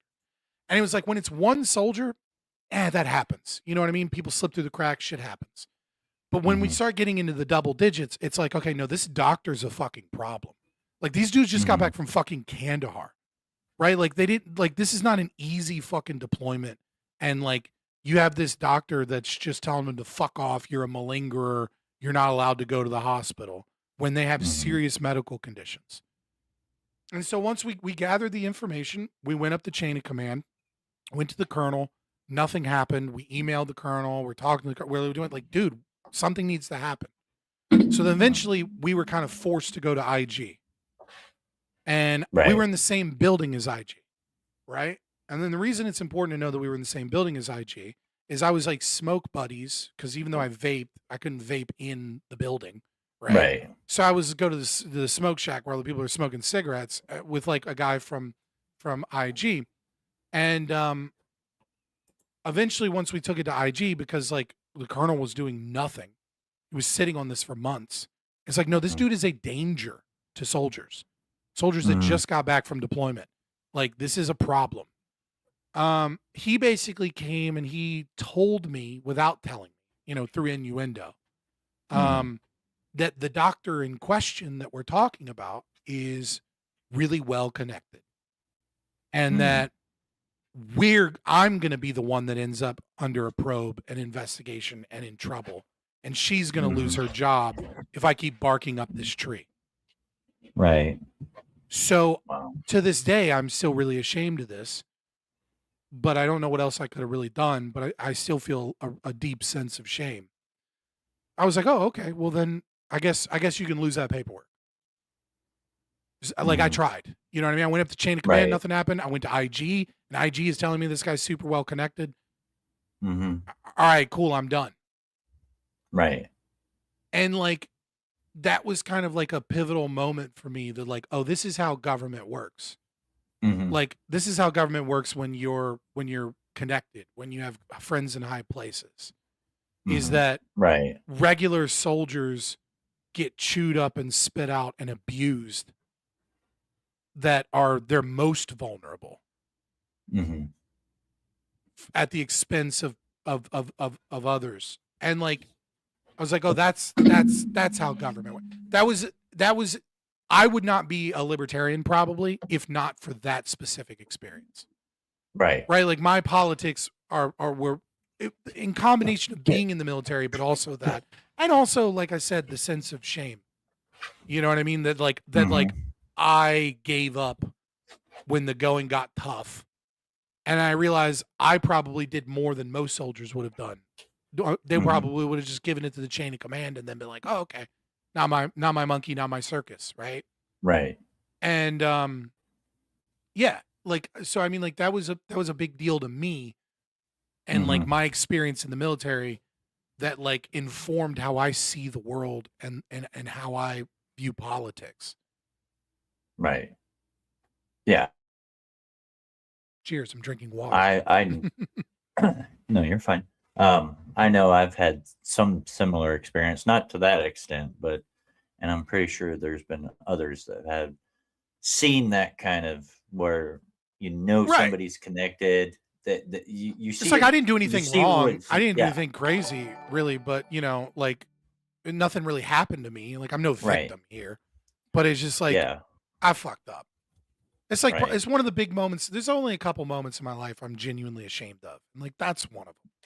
Yeah, yeah, and I mean, even when you get out, like you go through the VA, it's so political in that too. I got forced to go through the VA. Yeah, My first I sergeant tried to kick me out of the military. I broke my ankle. I've fucked up my shoulder. I've fractured my right hip, and then when I fractured my right hip, that's when I learned that I have a genetic disease. And then they came to me and they were like, "Hey, man, you can leave the army right now and take your GI Bill and everything. You're good to go." And I was like, "No, I fucking signed up to do my time. You know, like I don't know what the fuck Yeah. I'm doing with my life. Like I want to serve. You know, I was all gung ho still." And so I did, and then I broke my ankle, and like my first sergeant was one of those like not in my army types, Yeah, right? And so he was doing room inspections on me all the time, being like, "Where are you hiding the candy, you fat fuck?" And I wasn't even fat. I passed weigh and tape every time, yeah, you know. But he just hated me. He had it in for me. And then the day I got off profile for my ankle at Fort Drum in the winter. He had me take a PT test outside. And I passed the push-ups, I passed the sit-ups, and then I failed the run by like 20 seconds or like 12 seconds or something. And there's ice on the roads at nighttime, and it's like -12 degrees or some shit. yeah, And then he was like, "Ha ha ha, now I'm gonna med board you. I'm getting you out of my army." And like I never would have gone through that process at all or even thought to go through it. And then he med boarded me, and I'm like, "Well, who's laughing now, you dumb fuck? Like, you, like, I was here for the GI Bill. I wasn't even gonna do this." And when I went and I stayed in the unit the whole time that I was doing it because I'm in a medical unit. You know what I mean? I'm like, I didn't need to be transferred to another unit. I work an office job, and he just hated me because I was non-deployable. Because they found out that I had a connective tissue, a rare degenerative connective tissue disease is how it's defined by the Army. yeah, And so it's like, but when I was there, I was like, there were people that were like, there were so many people that were doing everything they could to game the system to like get more out of it and shit. I'm just like, I'm here because my first sergeant made me come here. Like, what are you guys doing? And it's like, no, dude, I have sleep apnea. You better get that on the record. And it's like, fucking sleep apnea? Like, what is, right? What? That's a thing you get paid for? And it's like, yeah, dude. And I'm like, all right. Yeah. But it is So- very political. It's like the Yeah. connected people all end up like full disability, and like the low-B soldiers end up with nothing, or they get just PTSD by itself, and it's like, dude. Right. Yeah. Which sucks, for sure. what it is. And then you were talking about like the people that gain the system. Like, there's some people that went through the VA. They are collecting VA benefits, disabled, and you're kind of looking at them, and you're like, you were a fobbit, or you didn't deploy. Like, how do you have 100% That's me. disability? Well, not 100%, Jesus Christ, but no, I know somebody that has 100%. you know what I mean? I'm like, I wasn't "You're even the a biggest piece of I wasn't even a fobbit because I didn't deploy. A fobbit is an upgrade for me, and they're still Yeah. paying for me. I did break some shit, and it's I didn't know when I didn't know when I went in I had a connective tissue disorder. I just thought it was normal that all your joints hurt, and I was 6'5" and was like, I'm tall. That's cool. I didn't know that was the thing. The gift that keeps on giving, that would be herpes, right? You have herpes? Is that what you're telling the chat? That you specifically have herpes. The gift that keeps on giving. I think Yeah, he's that's saying he's got Yep. herpes. He's saying he's got herpes. When- I mean, I'm when sorry you- for you, bro. Do they give you disability for that in the army, or is Yeah, I think is that what it is? 10% disability for herpes? Hold on, I'm looking this up. I bet there's a thing. Yeah, it probably is. Hey, Rescue, what's up, man? Yeah, I never No way, claimed no way, anything no way. either. What? They VA actually rates do? herpes under diagnostic code 7806 using the skin rating criteria with ratings from 0% to 60%. You can get up to 60% disability for herpes. PTSD, not herpes, but Yeah, that's what he tells everybody. That's what he tells everybody. Hey, thank you. Appreciate it. Oh man, yeah, that's what he tells everybody. Yeah, What's his see, medicine? like, It's for PTSD. It's for anxiety. Yeah, Don't worry about it. Yeah. For Been sure, symptom free you know. for 6 months from PTSD. You never know. If it all fails, probably has gonorrhea, so that's 100% right there. That is a term I have not heard in a long time. Is that a military term? Because I got it from my dad, but then my dad was in the army. Is gonorrhea a fucking just an army thing? I think, or it's a military thing. I've heard Maybe Marines say it too. Yeah. All right. Fair enough. But You learn it's something crazy. new every day. I just thought that was Yeah. a thing that was said. I just realized. You just made me realize that's probably an army thing. Yeah, probably. All right. Carceritis. Thank God. So we're getting closer to the end, but Closer. Let's yeah, go. a little Let's go. closer. I'm a chatty Cathy. All right. Yeah. So best MRE, worst MRE. Best memory I already told you, which was the pistachio thing. That was my best memory. No, without a doubt. MRE.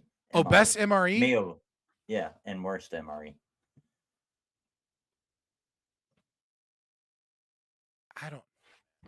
I would always trade for the jalapeno cheese if I could. Oh, yeah. So I mean, like that's probably what I'm going with. And then worst one is just whatever is the vegetarian one they're giving out that day. Almost always yeah. sucks. Like I get it, you Oh. gotta have stuff. The chili mac, the chili mac was good. Yeah, chili mac. Good. But like I Spaghetti think it and was meat sauce was good too. that bread was always fucking horrific. Oh, yeah. That fucking yeah. bread that would come with the peanut butter or the jalapeno cheese Yeah. spread was always fucking bad. Yeah. But that being said, the vegetarian ones are always the worst. Like I get it, the Oh, yeah. Muslims or whatever have to have their fucking thing, but like, Yeah. nah, dog, don't miss me with that shit. Yeah. Are you talking about the veggie omelet? Is that the one? Because That's the one of worst them. one I've There's like a ever- veggie. Yeah. There's a bunch of vegetarian options when I was in, Yeah. The chili mac was. and they were always bad. Yeah. It was like a penne pasta one that was like vegetarian or something. It was garbage. Yeah. It was like a knockoff chili mac, to be honest. The one that I always went for though is I went for the grilled chicken because it always had the best snacks in it. Had the Okay. jalapeno cheese spread. It had M&Ms. It had, I think it had a pound cake. It did have that worst bread in it, but I never ate that stuff. But it Yeah. always had the best snacks, and it's so bad that you choose the best MRE just on the snacks, Yeah, yeah. No, it's the cheese spread was it for me. Like it was like I Yeah. don't care what it is if it's got the jalapeno cheese spread in it. Like I'm fucking that up. Right. Right. For But I'm a sure. fatty at heart, so I'd eat the bread even though it was garbage. Yeah. So you did tell us one of the funniest moments you experienced during service, the pistachio. Do you want to share another one? Dude, I can't top that. Like that's it. You know what I mean? Like roll it The back. If you're getting to pistachio. this point Yeah. of the stream and you're like, what did Yeah. I miss? Go back to the Yeah. beginning. That was Yeah. nothing was as funny as that in my entire time in the army, period. Right. Point blank. Yeah. That was Yeah. fun.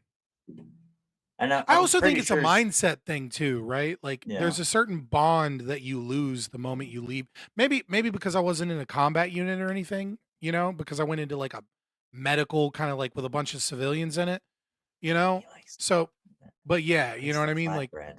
Ugh. ugh. Like the flatbread. What's wrong with you? Ugh. But yeah, I was like, once I got into the quote unquote real army, I wasn't in the real army. I was in a medical unit working with mostly civilians. So it was just like a long, arduous job. Mm-hmm. Yeah, for sure. So what piece of gear would you never want to carry? A piece of gear would I never want to carry again? Yeah. Fucking medical bag with fucking bags of saline in it, Oh, just sloshing around. Because the weight isn't fucking like, the weight isn't in one place. It's moving. Yeah. So Yeah. like as you're rucking and you're getting tired, like it's whoa, whoa, whoa, whoa. You know what I mean? Like there's, Yeah. I mean, it's packed tightly. There's a bunch of other shit in there, but I mean, yeah, I guess that. Luckily, I didn't have to do a lot of that shit again because I was a fucking pogue, But when I did have to do that, I was like, dude, fuck this. Yeah. The IED, and my roommate says the IED diaper. I don't know that I ever had to carry that. Yeah, IED no, fuck. diaper. I think he's talking about the dick plate. Oh, okay. Okay. Yeah. If it all fails, said 240 Bravo and ammo. I would agree. Yeah, well, I never had to carry that shit, so Yeah. fucking sucks to be you. Yeah. Yeah. I was a 249 gunner, like every unit I was with, and it wasn't until I got with the 82nd that we actually had the short barreled and collapsible buttstock 249, which got rid of a lot of weight. That was fun carrying that, but all the other 249s, I was I imagine it just easier to carry too. Yeah. Yeah. Yeah, and it was really, really good whenever it came to room clearing, because trying to maneuver that longer 249 was just, it wasn't meant for room clearing. I was about to say, I was like, how the fuck do you room clear with that? Oh, yeah. You do what you normally you don't do the room clearing because the 249 is or the 240 Bravo is usually always the perimeter defense, Right. keep people out. Right. Yeah, but we've done it with the 240 Bravo and 249, and That feels I like think one of those that's- moments where it's like, why are you telling me to do this, man? Oh, these are Yeah. your orders. Right. This is not right. This is Right. not like, I was like, I'm not even gonna be, didn't we have this whole thing about the fatal funnel and you want me to have this Right. gargantuan fucking monster in that spot? Like, didn't we have Yeah. didn't we do a whole thing about not being in this area for the shortest amount of time possible? And now I'm carrying this fucking monster with me. This is a terrible Right. idea. Well, Yeah. I Yeah. told you to do it. Oh, cool. Right, okay. Yeah. It basically exactly that. Yeah. And a lot of times I actually did question. I was like, isn't this kind of overkill for room clearing, or is this? Am I actually supposed to use this, or is this more of a fear factor that I just? Hey man, they don't I have just- regulations on the walls. If I shoot this shit, are we taking down the fucking building? Like you know what I mean? Like a lot of these places, the walls you can just like put your arm through. Am I gonna load this bitch into a fucking room? I'm gonna just, I mean, cool, whatever's in front of it's gonna die, sure, but like this is this even a good idea if there's more than one room in this building? Like, right? yeah, Right? It's like I'm with you in I think it was. spirit. Yeah, I think it was. I think it's more of a fear tactic. You know, like Haji sees that coming in, and they're like, "Oh shit, I give up." You know. Yeah. You come in with a bunch of. I don't know. Well, we did. We'll see. We did. Yeah. You know, because I mean, you know, Hachi's gonna see a bunch of rifles coming. They're like, I'll fight. They see a big hunk of junk like that coming in. They're like, I've never seen one of these so close up before. It looks kind of scary. What is this? I don't know what it does. I just, you know, You're like a super villain coming in, man. Yeah. Like fucking, Yeah. is this fucking Iron Man gun over here? He's walking into rooms with it.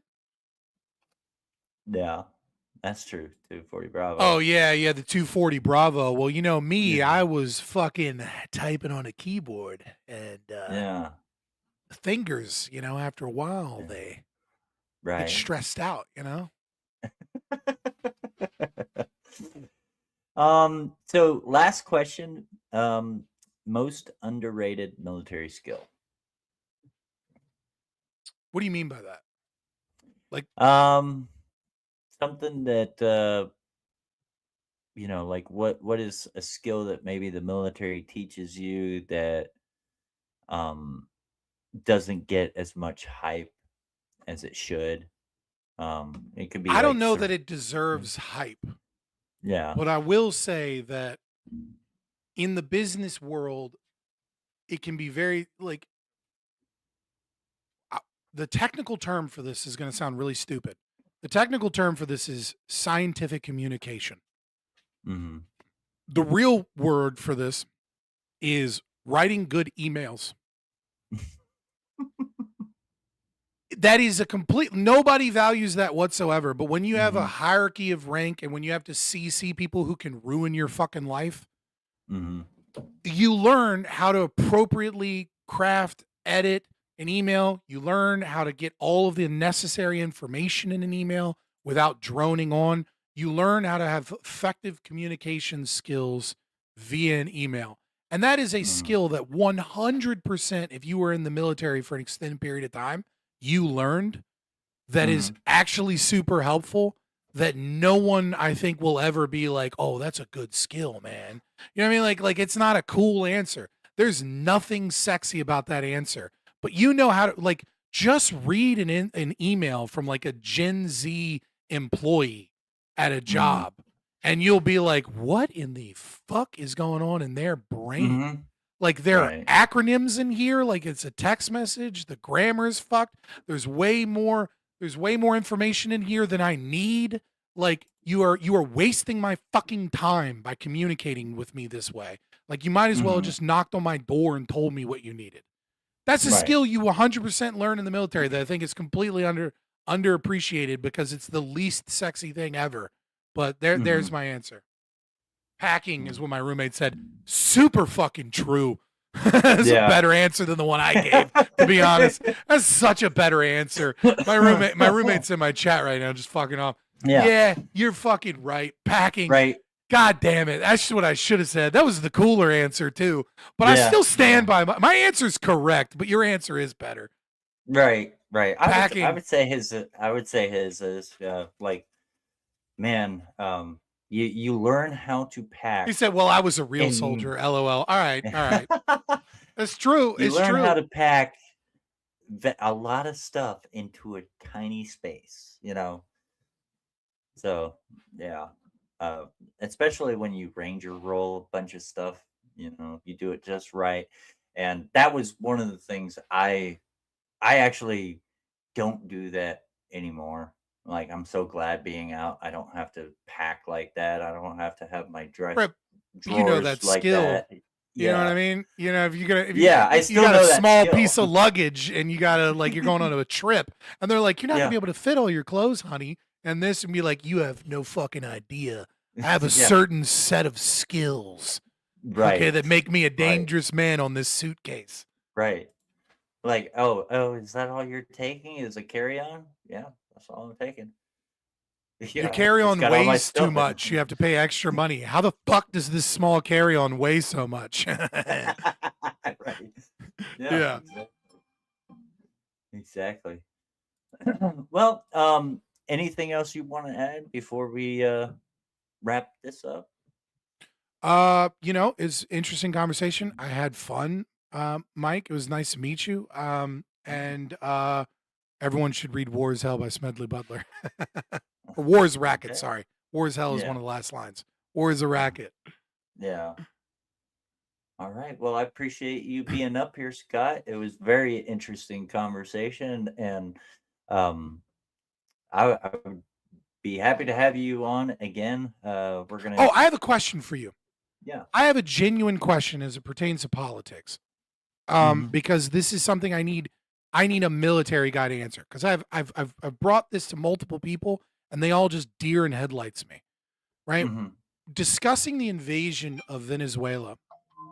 One of the things that I feel like nobody is fucking talking about is that Venezuela was one of the is one of the major importers for Chinese military technology throughout South America, or I should say was.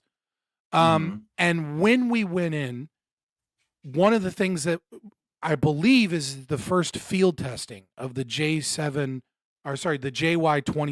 and the JY27Vs, which is the radar, the quote unquote stealth killer mobile radar systems. And we butt fucked that in like 15 minutes. And like, I was like, I think that's a very, I don't know, right? But to me, that feels like a very significant thing in terms of geopolitics, because there has been a growing thing where much of Europe and many countries throughout the world, and even our own American citizens, have this like anxiety or fear that like Chinese technology is catching up, caught up to us, or surpass us in some way in terms of military capabilities. And it's like, this shit was made in the mid 2020s. Right? Specifically the V's, right? And like, I don't know what we use to take it out. Nobody does, right? Unless you, and if you do, operational security, don't fucking tell anybody, right? You're not supposed to let anybody know, right? But I'm just curious what your opinion is on that, because I feel like that may have changed the way. I feel like that changes the psychology of what's going on in terms of America's ability to invade. Not necessarily the actual ability, but like the way the world looks at us in that, and the way China looks at that, and especially like the Dowder memo in terms of like whether or not China invades Taiwan. Well, I do know that I've heard that when they used that technology, that they were actually other countries that were freaking out, to include China, that was trying to boost their radar systems in order to pick up The stealth planes that we have, especially the new one. I can't remember the name of it. Yeah, I can't remember it either.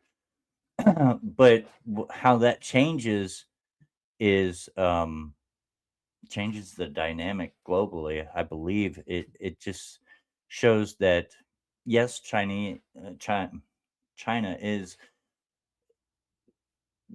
getting up there in technology, and a lot of people are worried about how, a lot of products here in America are Chinese made. Right.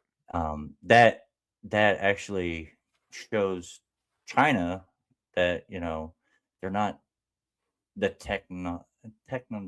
how do you say it? Technologically superior, Yeah. maybe. Yeah. There you go. Yeah. Sorry. Yeah. And I know that there's also some other technology too that we don't even really know about. Like I've heard Yeah, rumors because about that was I know like used. JSOC was in Nigeria a couple weeks ago, Mm-hmm. and Yeah. then right after JSOC gets out of Nigeria, we have this invasion of Venezuela, and then we have this really vague thing of like, we took out the entire energy grid of Caracas, and nobody had any, nothing had any power. And I'm Mhm. like, not even the fucking, but the anti-air systems did, but they took that out so quickly. And it's like, I almost like, this is like my 1% conspiracy theory. Like, were we testing out some new shit in Nigeria? Were we just playing around before we went and invaded? Because we got some new shit. You know what I mean? And it's like, and I know people have been, clamoring about Chinese drones and stuff. It's like, dude, like 4 came out in like 2019, right? 2018. Yeah. It's like, we've got mobile systems and like wide net EMP and laser systems for specific stuff. And I'm sure we're Right. testing shit that we're giving the Ukrainians, right? Like I Mhm. highly Oh, doubt yeah. the Ukrainians pulled off those hidden drones that went and found planes in Russian airfields without our help. Like, let's be honest, that Right. Yeah. was probably us. Like, we got some toys we want to test out. Will you test out some Right. of it? See how this works? But yeah, I just like, it's just been a thing that it's like nobody seems to be talking about in this whole Venezuela situation. And it's like, well, obviously Venezuela was a part of BRICS. Obviously, this is our trying to protect the U.S. petrodollar, and Right. you know what I mean, and regain that oil, as well as making sure that oil is traded in U.S. dollars so we can offshore Mhm. our inflation and stuff. But the thing that nobody's talking about is like how much advanced Chinese weapon technology was there. And it's like, Right. were they just incompetent in using it, or was it, or do we just got better shit? I don't know, I know. but it's like, I don't I know. feel like it changes the dynamic I when their best shit gets trampled over in 30 minutes. Right. You know, Right. like Yeah, I also heard too, and I don't know how true it is, but Mhm.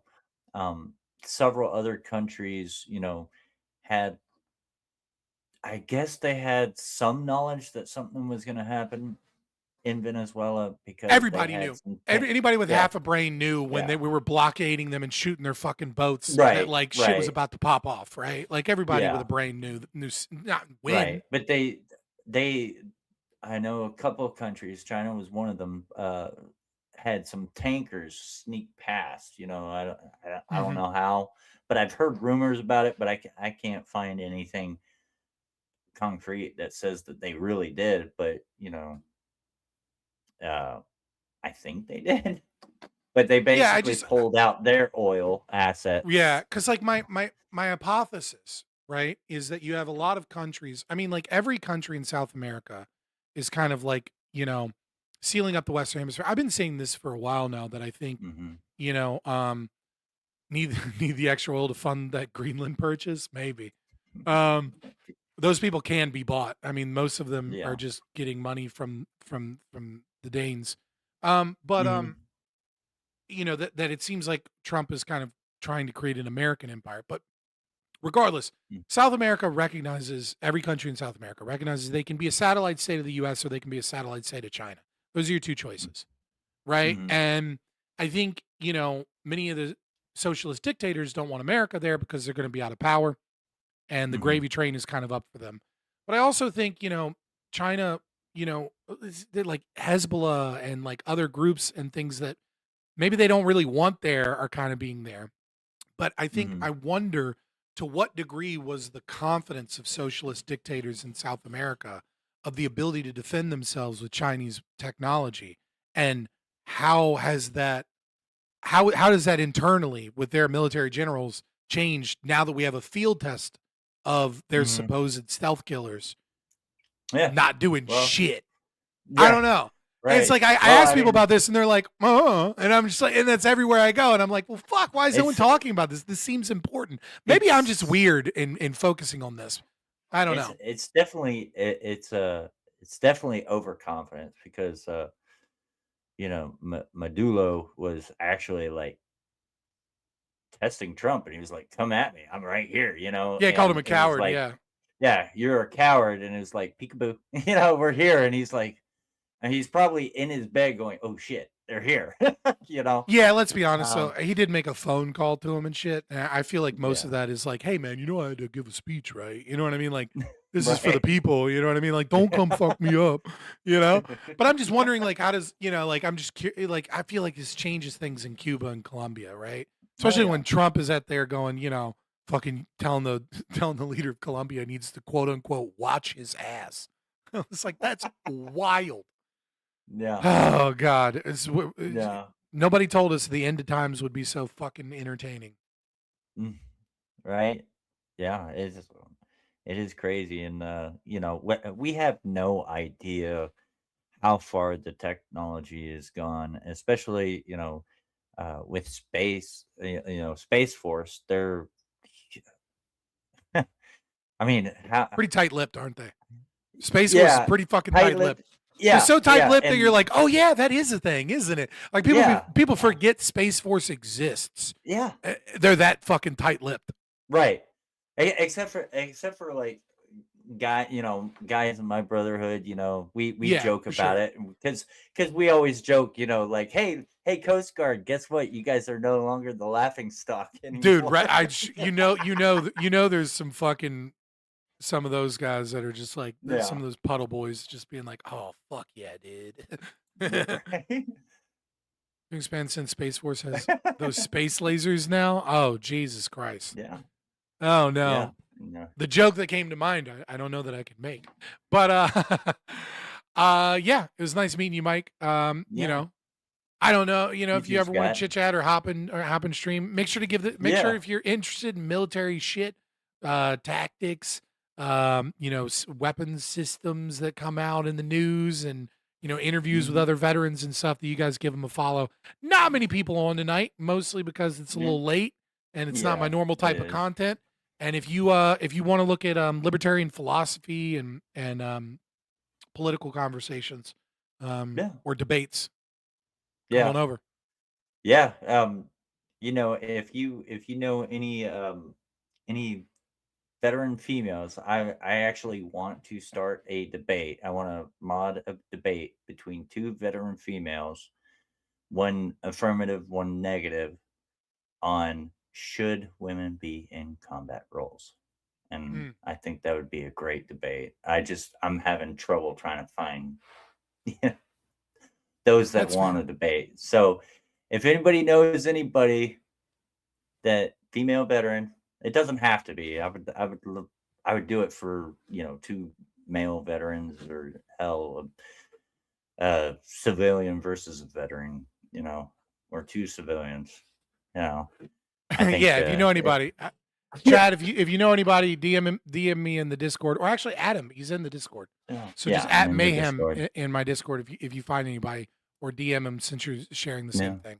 I think it would be an interesting debate for sure. We're right at the 2-hour mark. I appreciate your time, Mike. Peace. Yeah, thank you so much, Scott. Talk to you later. Hell yeah.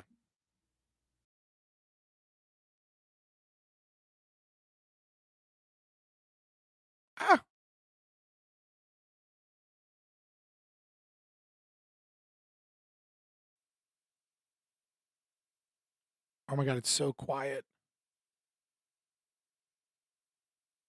There we go. Something playing. What a chill time. That was a chill time. That was fun. Didn't get a lot of views or anything because it was kind of late. That was fun. That was a chill time. That was a break from me raging at like some commie video or something. But don't worry, I'll be raging at commie videos soon enough, boys. We'll be back on debate panels and back on getting mad at dum-dums soon enough. If there's any videos you guys like that came out, because I know a lot happened over the holidays. If there's any specific videos or anything you want to put it in the Discord media recommendations. Media recommendations. If there's something you guys want me to watch, but I don't have any desire to do any more content. It's 11:30 at night. There's not a lot of people here, and we will see you guys Monday. But again, I'll be in the Discord. I'll be on Twitter arguing with people. I love you guys so much. I appreciate all the love and support. Make sure you like, share, subscribe, join the Discord. That's where, we still have debates and conversations and fun stuff in there. Follow me on Twitter, and we'll get 2026 started off with a bang, boys. Y'all have a good